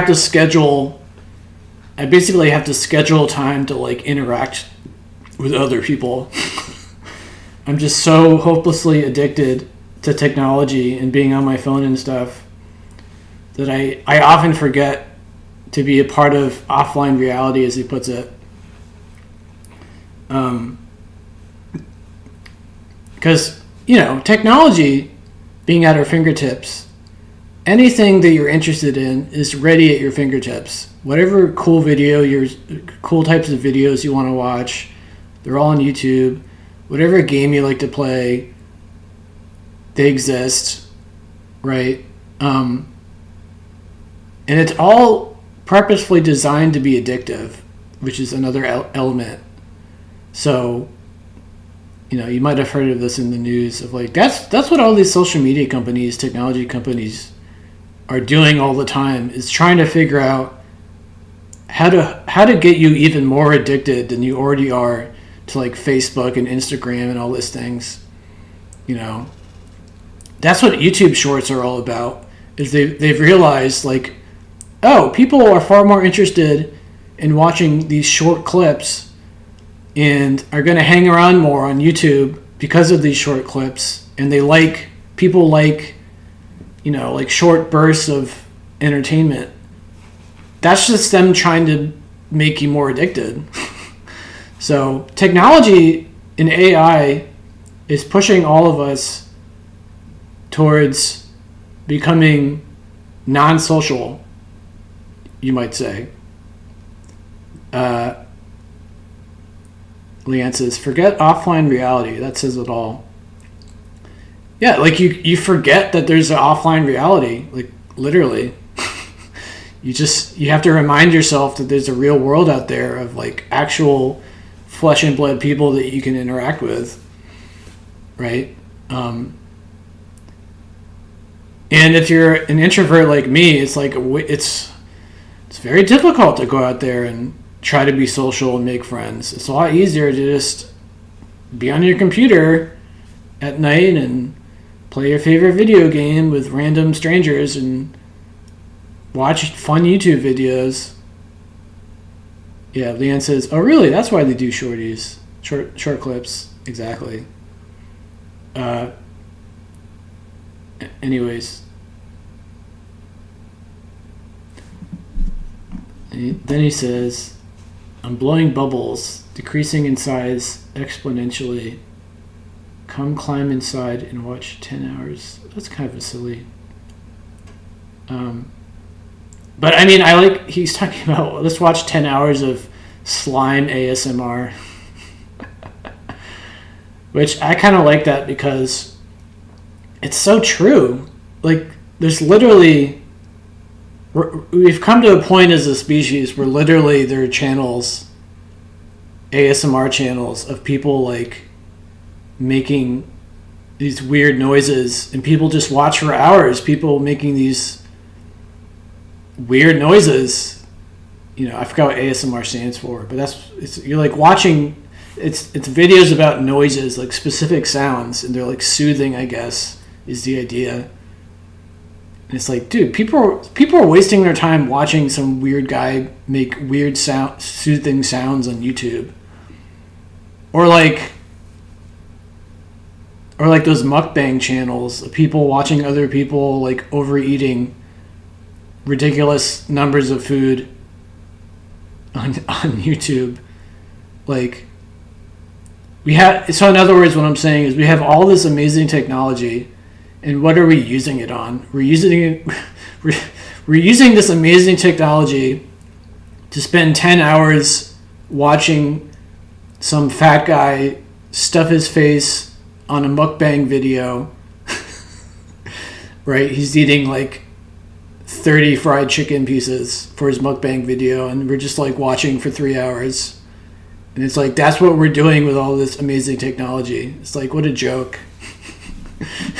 Or even like, not necessarily what a joke, but like, it's like, well, on one hand, it's like, what a joke. But on the other hand, it's like an interesting discovery we've all made of like, so this is what we all decide to do with this amazing technology. Like, that's kind of interesting.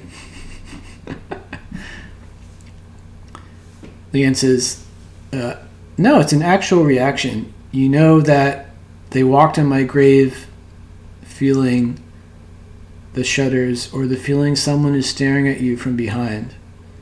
It's like that, but only way, way more intense. Shoulders and head.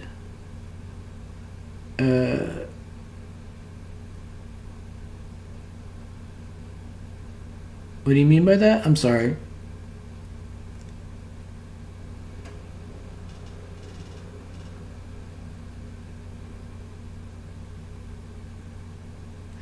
Anyways, so yeah, it's funny, like I was just saying, imagine going back in time to the 50s and telling everybody this amazing technology we have and the internet and all these things. They're like, wow, what do people do with all this amazing technology? And we're like, well, they spend hours watching other people stuff their faces and get obese from it. They'd be like, what? Oh, you're describing ASMR. Okay.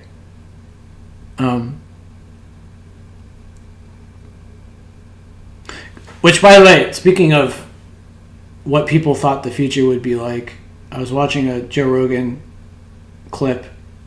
He was talking to Neil deGrasse Tyson, and Neil was talking about how,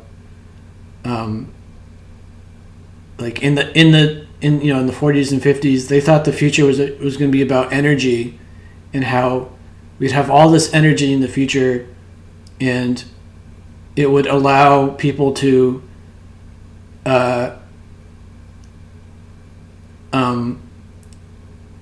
not have to, like, we'd have all this extra energy, and we wouldn't have to do all these things, shoot, what was he saying?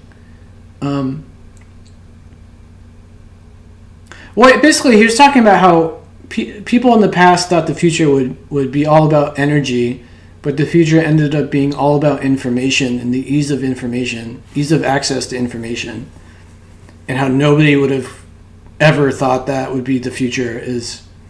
That's what the internet is worldwide ease of access to information, right? It's information that would be cheap and easy to get, and not energy per se. I kind of butchered what he was saying, but something like that. Anyway, Leanne says ASMR stands for Autonomous Sensory Meridian Response. Oh, wow. A term used to describe a tingling, static-like, or goosebump sensation in response to specific triggering audio or visual stimuli. Oh, okay. That makes a lot more sense. I appreciate that, Leanne. Anyways, let's keep going. Verse 4, and then we'll call it a night. He says, or maybe I should sell all my furniture, become like a Zen monk, or like Steve Jobs, and give myself no choice but to just meditate on the cold, hard ground. And I think I can still see the joy in people. Like I can see the ghosts of dinosaurs and birds. Ooh, hold on. I want to pause on that imagery. Like I can see the ghosts of dinosaurs and birds, because obviously birds are descendants of dinosaurs.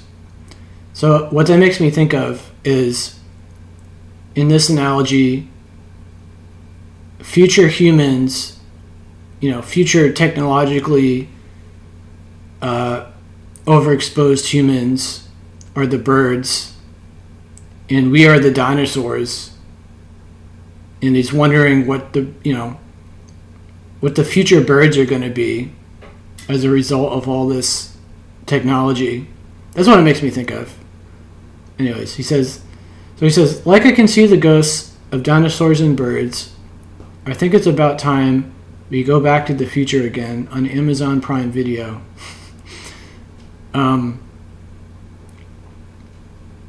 So like this makes me think of, he, in the first sentence he's saying maybe I should sell all my furniture and become a Zen monk, which is kind of funny.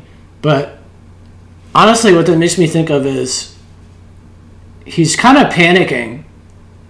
I feel like he's panicking a little bit.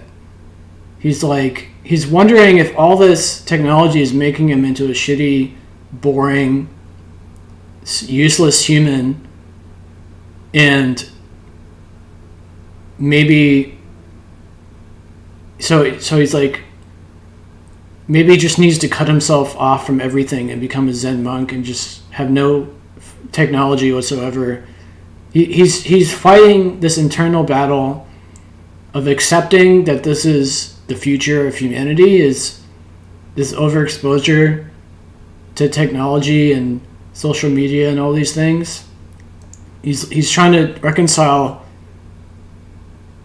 He's wondering if that's okay. If this future is worth being concerned about, in other words. He's wrestling with that thought, I imagine, is this a future that we should be concerned about? Or is this just like a natural evolution of any civilization that develops technology? Imagine an alien civilization that develops the same technology. So, would they go through these same phases? Or because they're aliens, we can't predict what they would do or be interested in. But,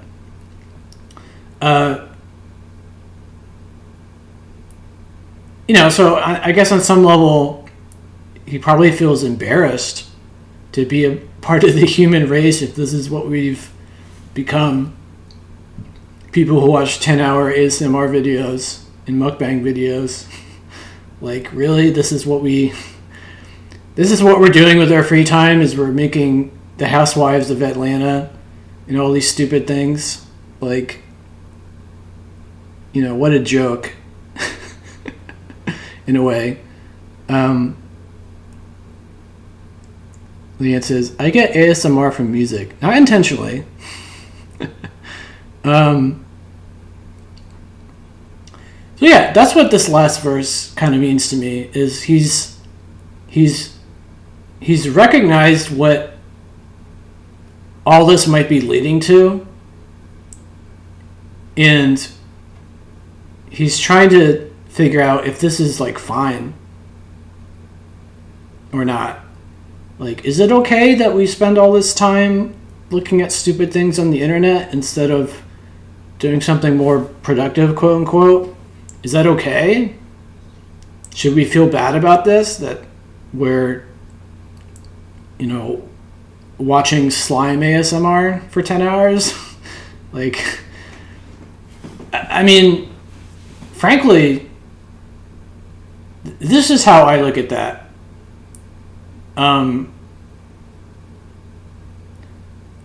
We're all alive for a certain amount of time. We never know when we're going to die. It could be 30 years, 50 years, 90 years. We're all alive on this earth for X amount of time. And you can't spend every waking moment doing something important, right? I think actually it's vital that we all have downtime to like relax our brain and our bodies, and just relax in general, and just essentially enjoy ourselves however we want to. So I have no problem with what people do with their spare time. And even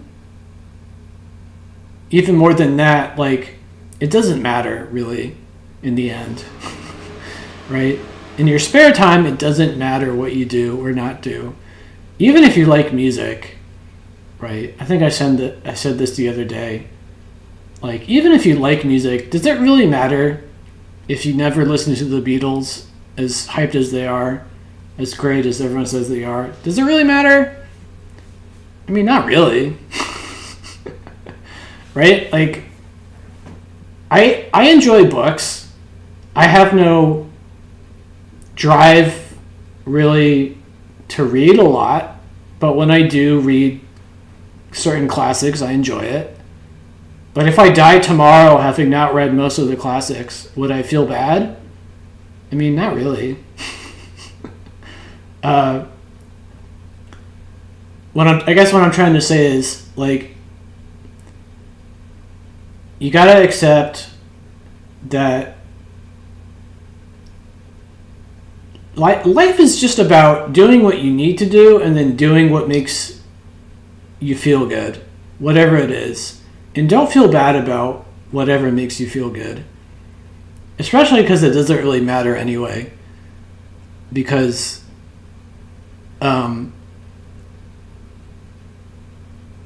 it doesn't matter anyway because well, for one thing, no two people are alike anyway. Like, it's not like... In fact, I think it's essential to the human species that we have so much diversity in interests. I mean, I can imagine being a scientist, and yet we need them for all the wonderful things we enjoy, right?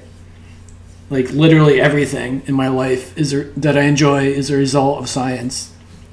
And yet I don't know anything about it, and I'm not interested in it. So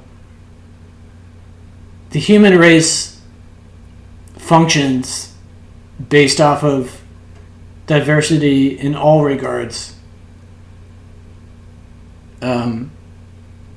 Anyways, Leanne says, Cole, when I get to 100 albums, are you going to send me a certificate? Maybe. 100 albums for Music Mondays or in general? Carla says, I got over a Beatles phase I go over a Beatles phase about once a decade. I love it. I rediscover them every time.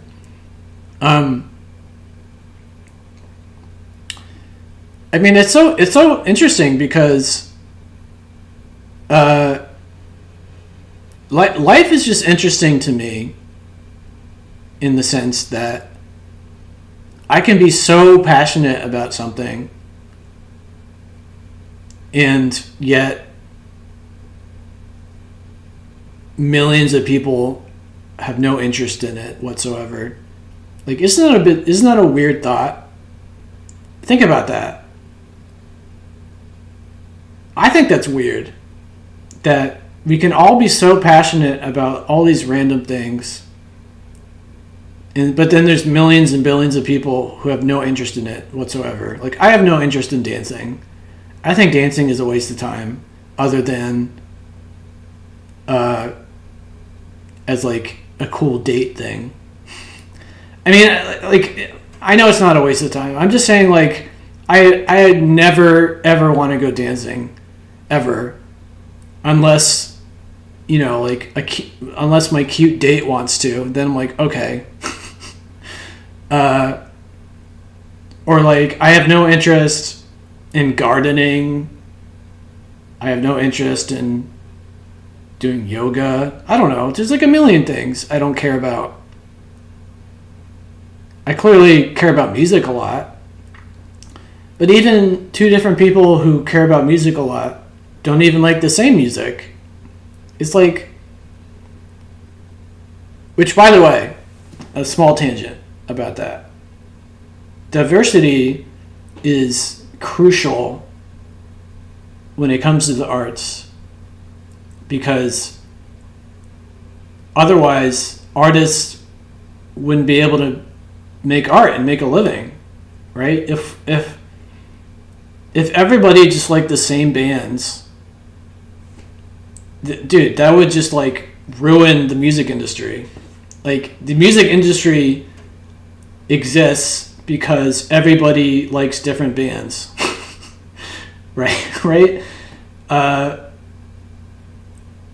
You know, you could also say a lot of things, another thought is a lot of things exist because people don't know any better. That's another thought. So, for example, what's a good example of that?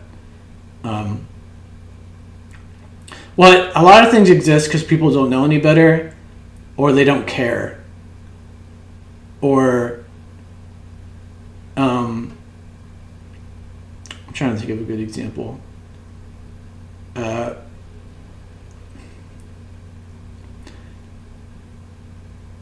Well, it's interesting because musically I care about stuff I really like. I'm really focused on that. But then when it comes to like food in the like restaurants around me, they're not very good, frankly. And yet I still go to them, and when I eat them, they're like, yeah, this is, you know, it's fine. It's not great. It's, you know, still a decent amount of money when I go, and it's like, why don't I care about that more than I do? Like, why don't I just not go into them at all? I don't love them. You know, I'll go to my burger shop, and they're okay burgers. You know, it's like $7.50 for a burger. Like, that's not bad. But, like, why do I not care about that, but I care about music so much in terms of, like, how I feel about it? There are certain things, in other words, there are certain things that if they're not so great, don't bother me that much. Right? Like, there's a lot of TV shows that aren't that great that I can watch anyway. Even though I know they're not that great, I can still watch them, and it doesn't really bother me. I just think that's a random, interesting thought.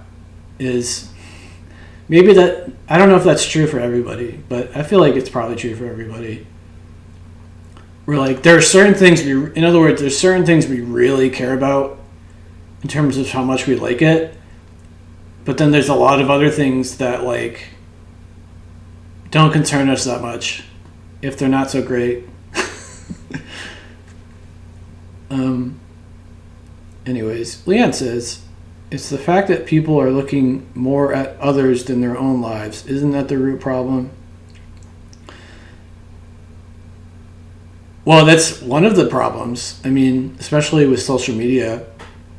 I mean, you can't fault people. It's very tempting to look at your neighbor and see they have a cool new car, and some people can interpret that as motivation. Like, I'm going to work even harder so I can get my cool car too. Or you could look at it as a negative and get jealous about it. I mean, I would argue that the key to life is comparing yourself to others in a motivational way. That's what successful people do, in my opinion, is they're motivated by the people around them who have quote unquote cooler stuff or better stuff than they do. So like, I'm going to work even harder so I can also be like this guy. That's a way to look at it. You can either look at it like that, or you can be really depressed by the fact that you're not as rich or have as cool and hot of a girlfriend or whatever. Anyways, Leanne says, men dance to get laid. Exactly. Women dance to be free. I mean, in general.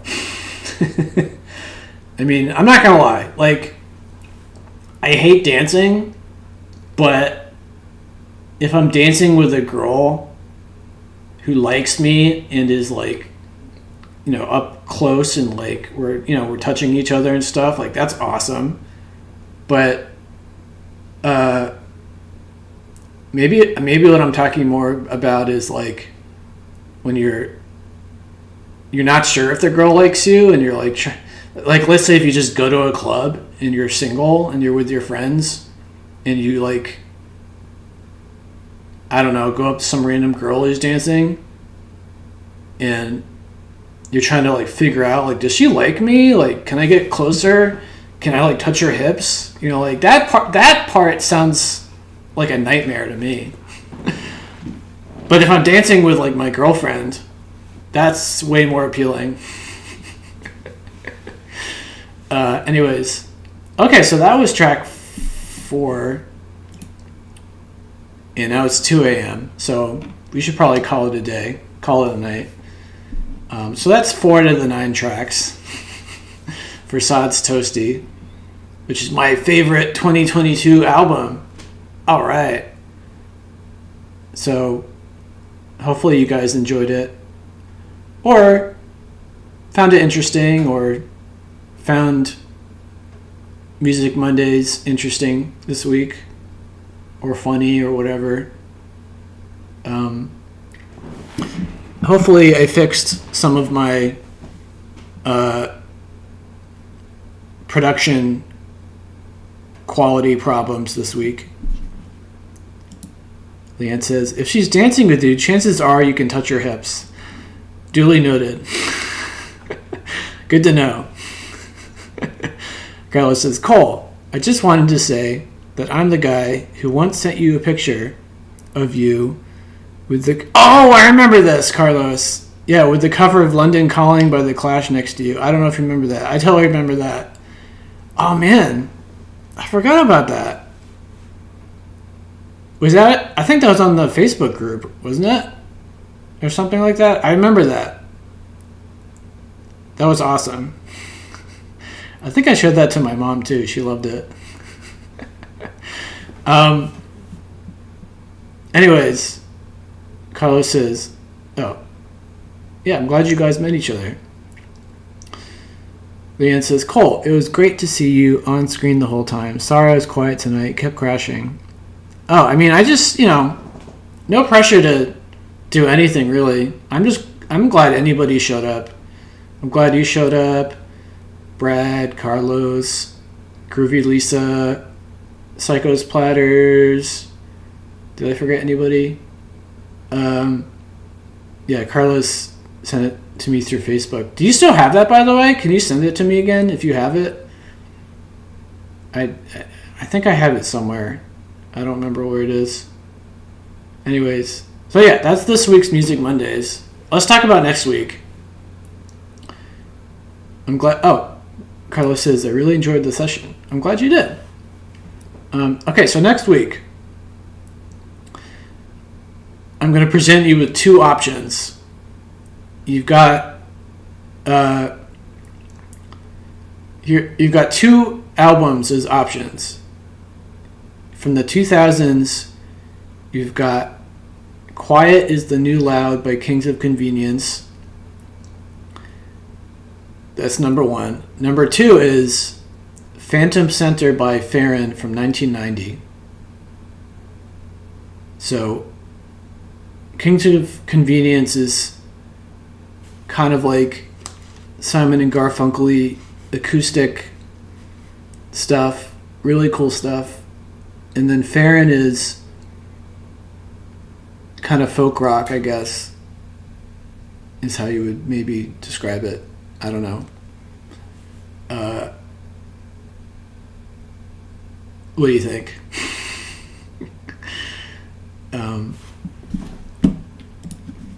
Let me see. 1 second.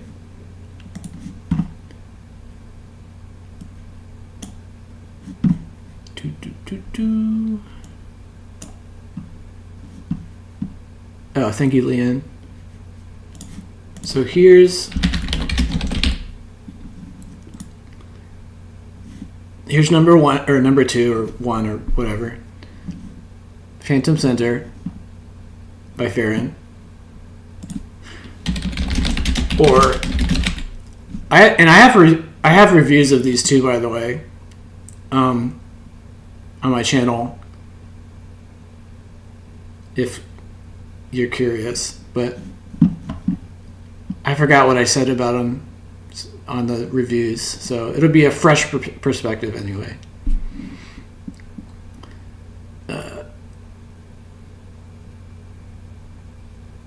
Carlos, you want Kings of Convenience?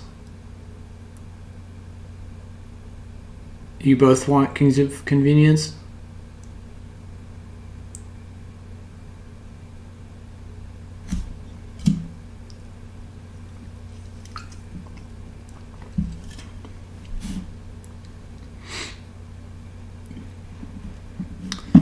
Yeah, let me take this down.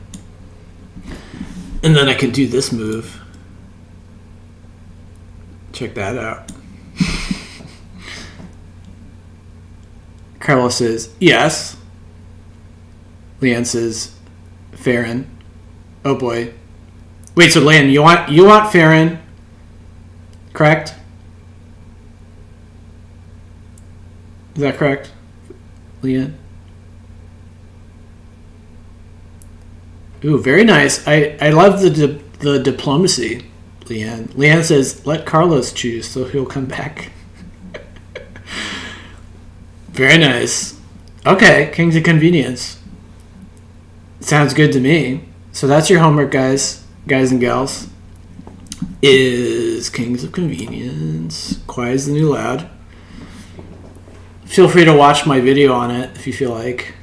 Or not. Doesn't matter. And I'll see you guys next Monday at potentially 8 p.m. How does 8 p.m. work for you, Carlos? Eastern Standard Time. I'm in the New York area. So it's 8 p.m. Eastern Standard versus 10 p.m. Oh, Leanne. Yeah, I thought that's what you're doing, Leanne. Leanne says, I'm just posting the album titles, not voting. LOL. That's what I figured. But had to be sure.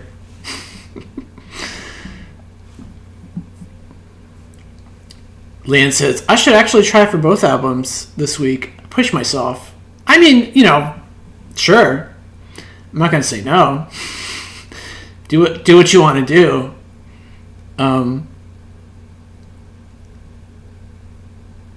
Leanne, so you want 8 p.m.? Carlos says, I'm only 2 hours ahead of you. Wait, really?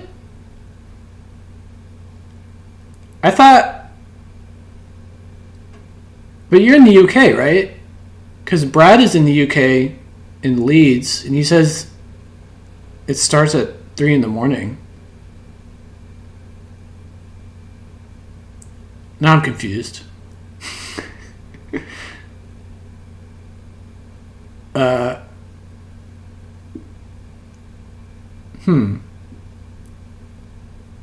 You said you're in the UK, right? Right, or where? Or is there? I don't know what's going on. Is there a place that's 2 hours ahead of me on the East Coast? There must be, I guess. I can't. I'm trying to think of a country. Oh, you're in Chile. It's 4 a.m. right here now. Oh, I thought you were in the UK. My bad. Oh, you lived in the UK many years ago. Okay, I got confused. Sorry about that. I'm a Dumbo. Okay. So, alright, I guess next week I'll start at 8 p.m. Brad will be happy about that. It'll be 1 p.m. or 1 a.m. instead of 3 a.m., which is an improvement. Cool. Okay, so...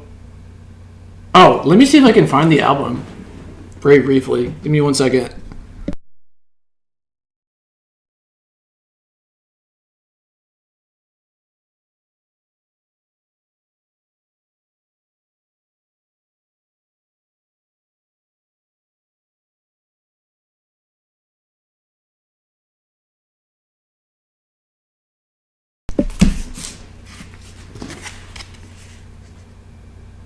Requires the new loud.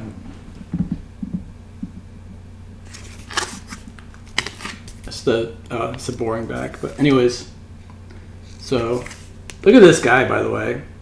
What a third wheel right here, or right here. This guy and his girlfriend are going through a rough time, and this dude's just hanging out. What's he doing on the right or the left or whatever? He's just chilling there, being the third wheel.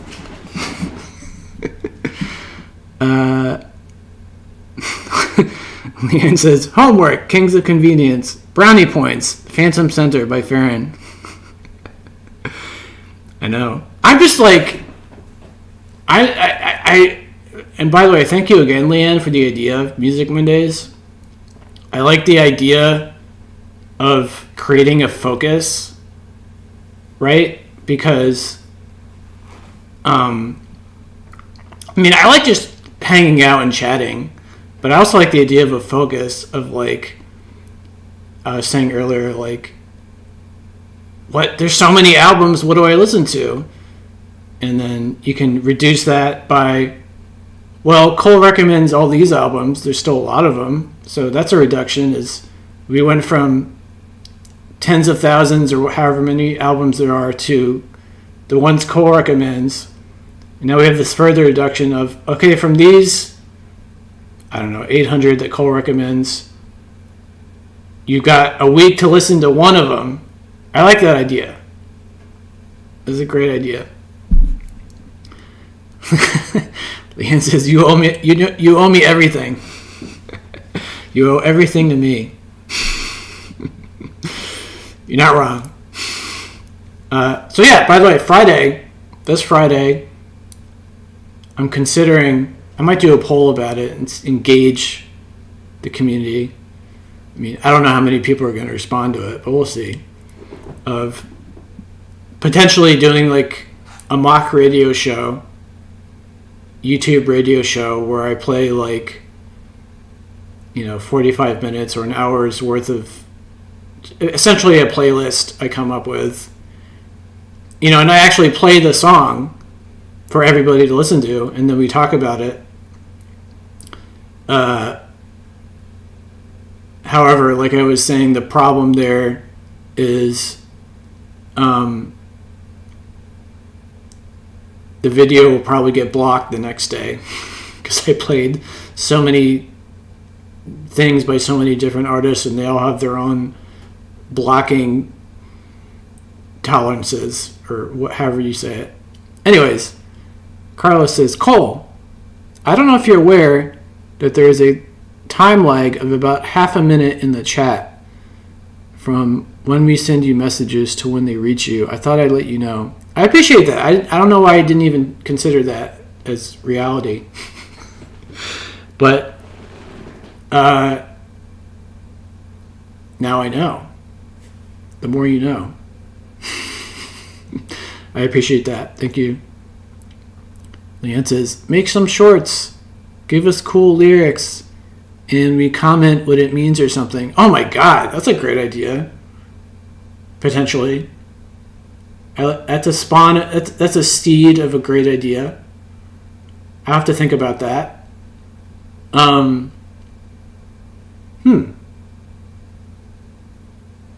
first I have to figure out how to make shorts in the first place.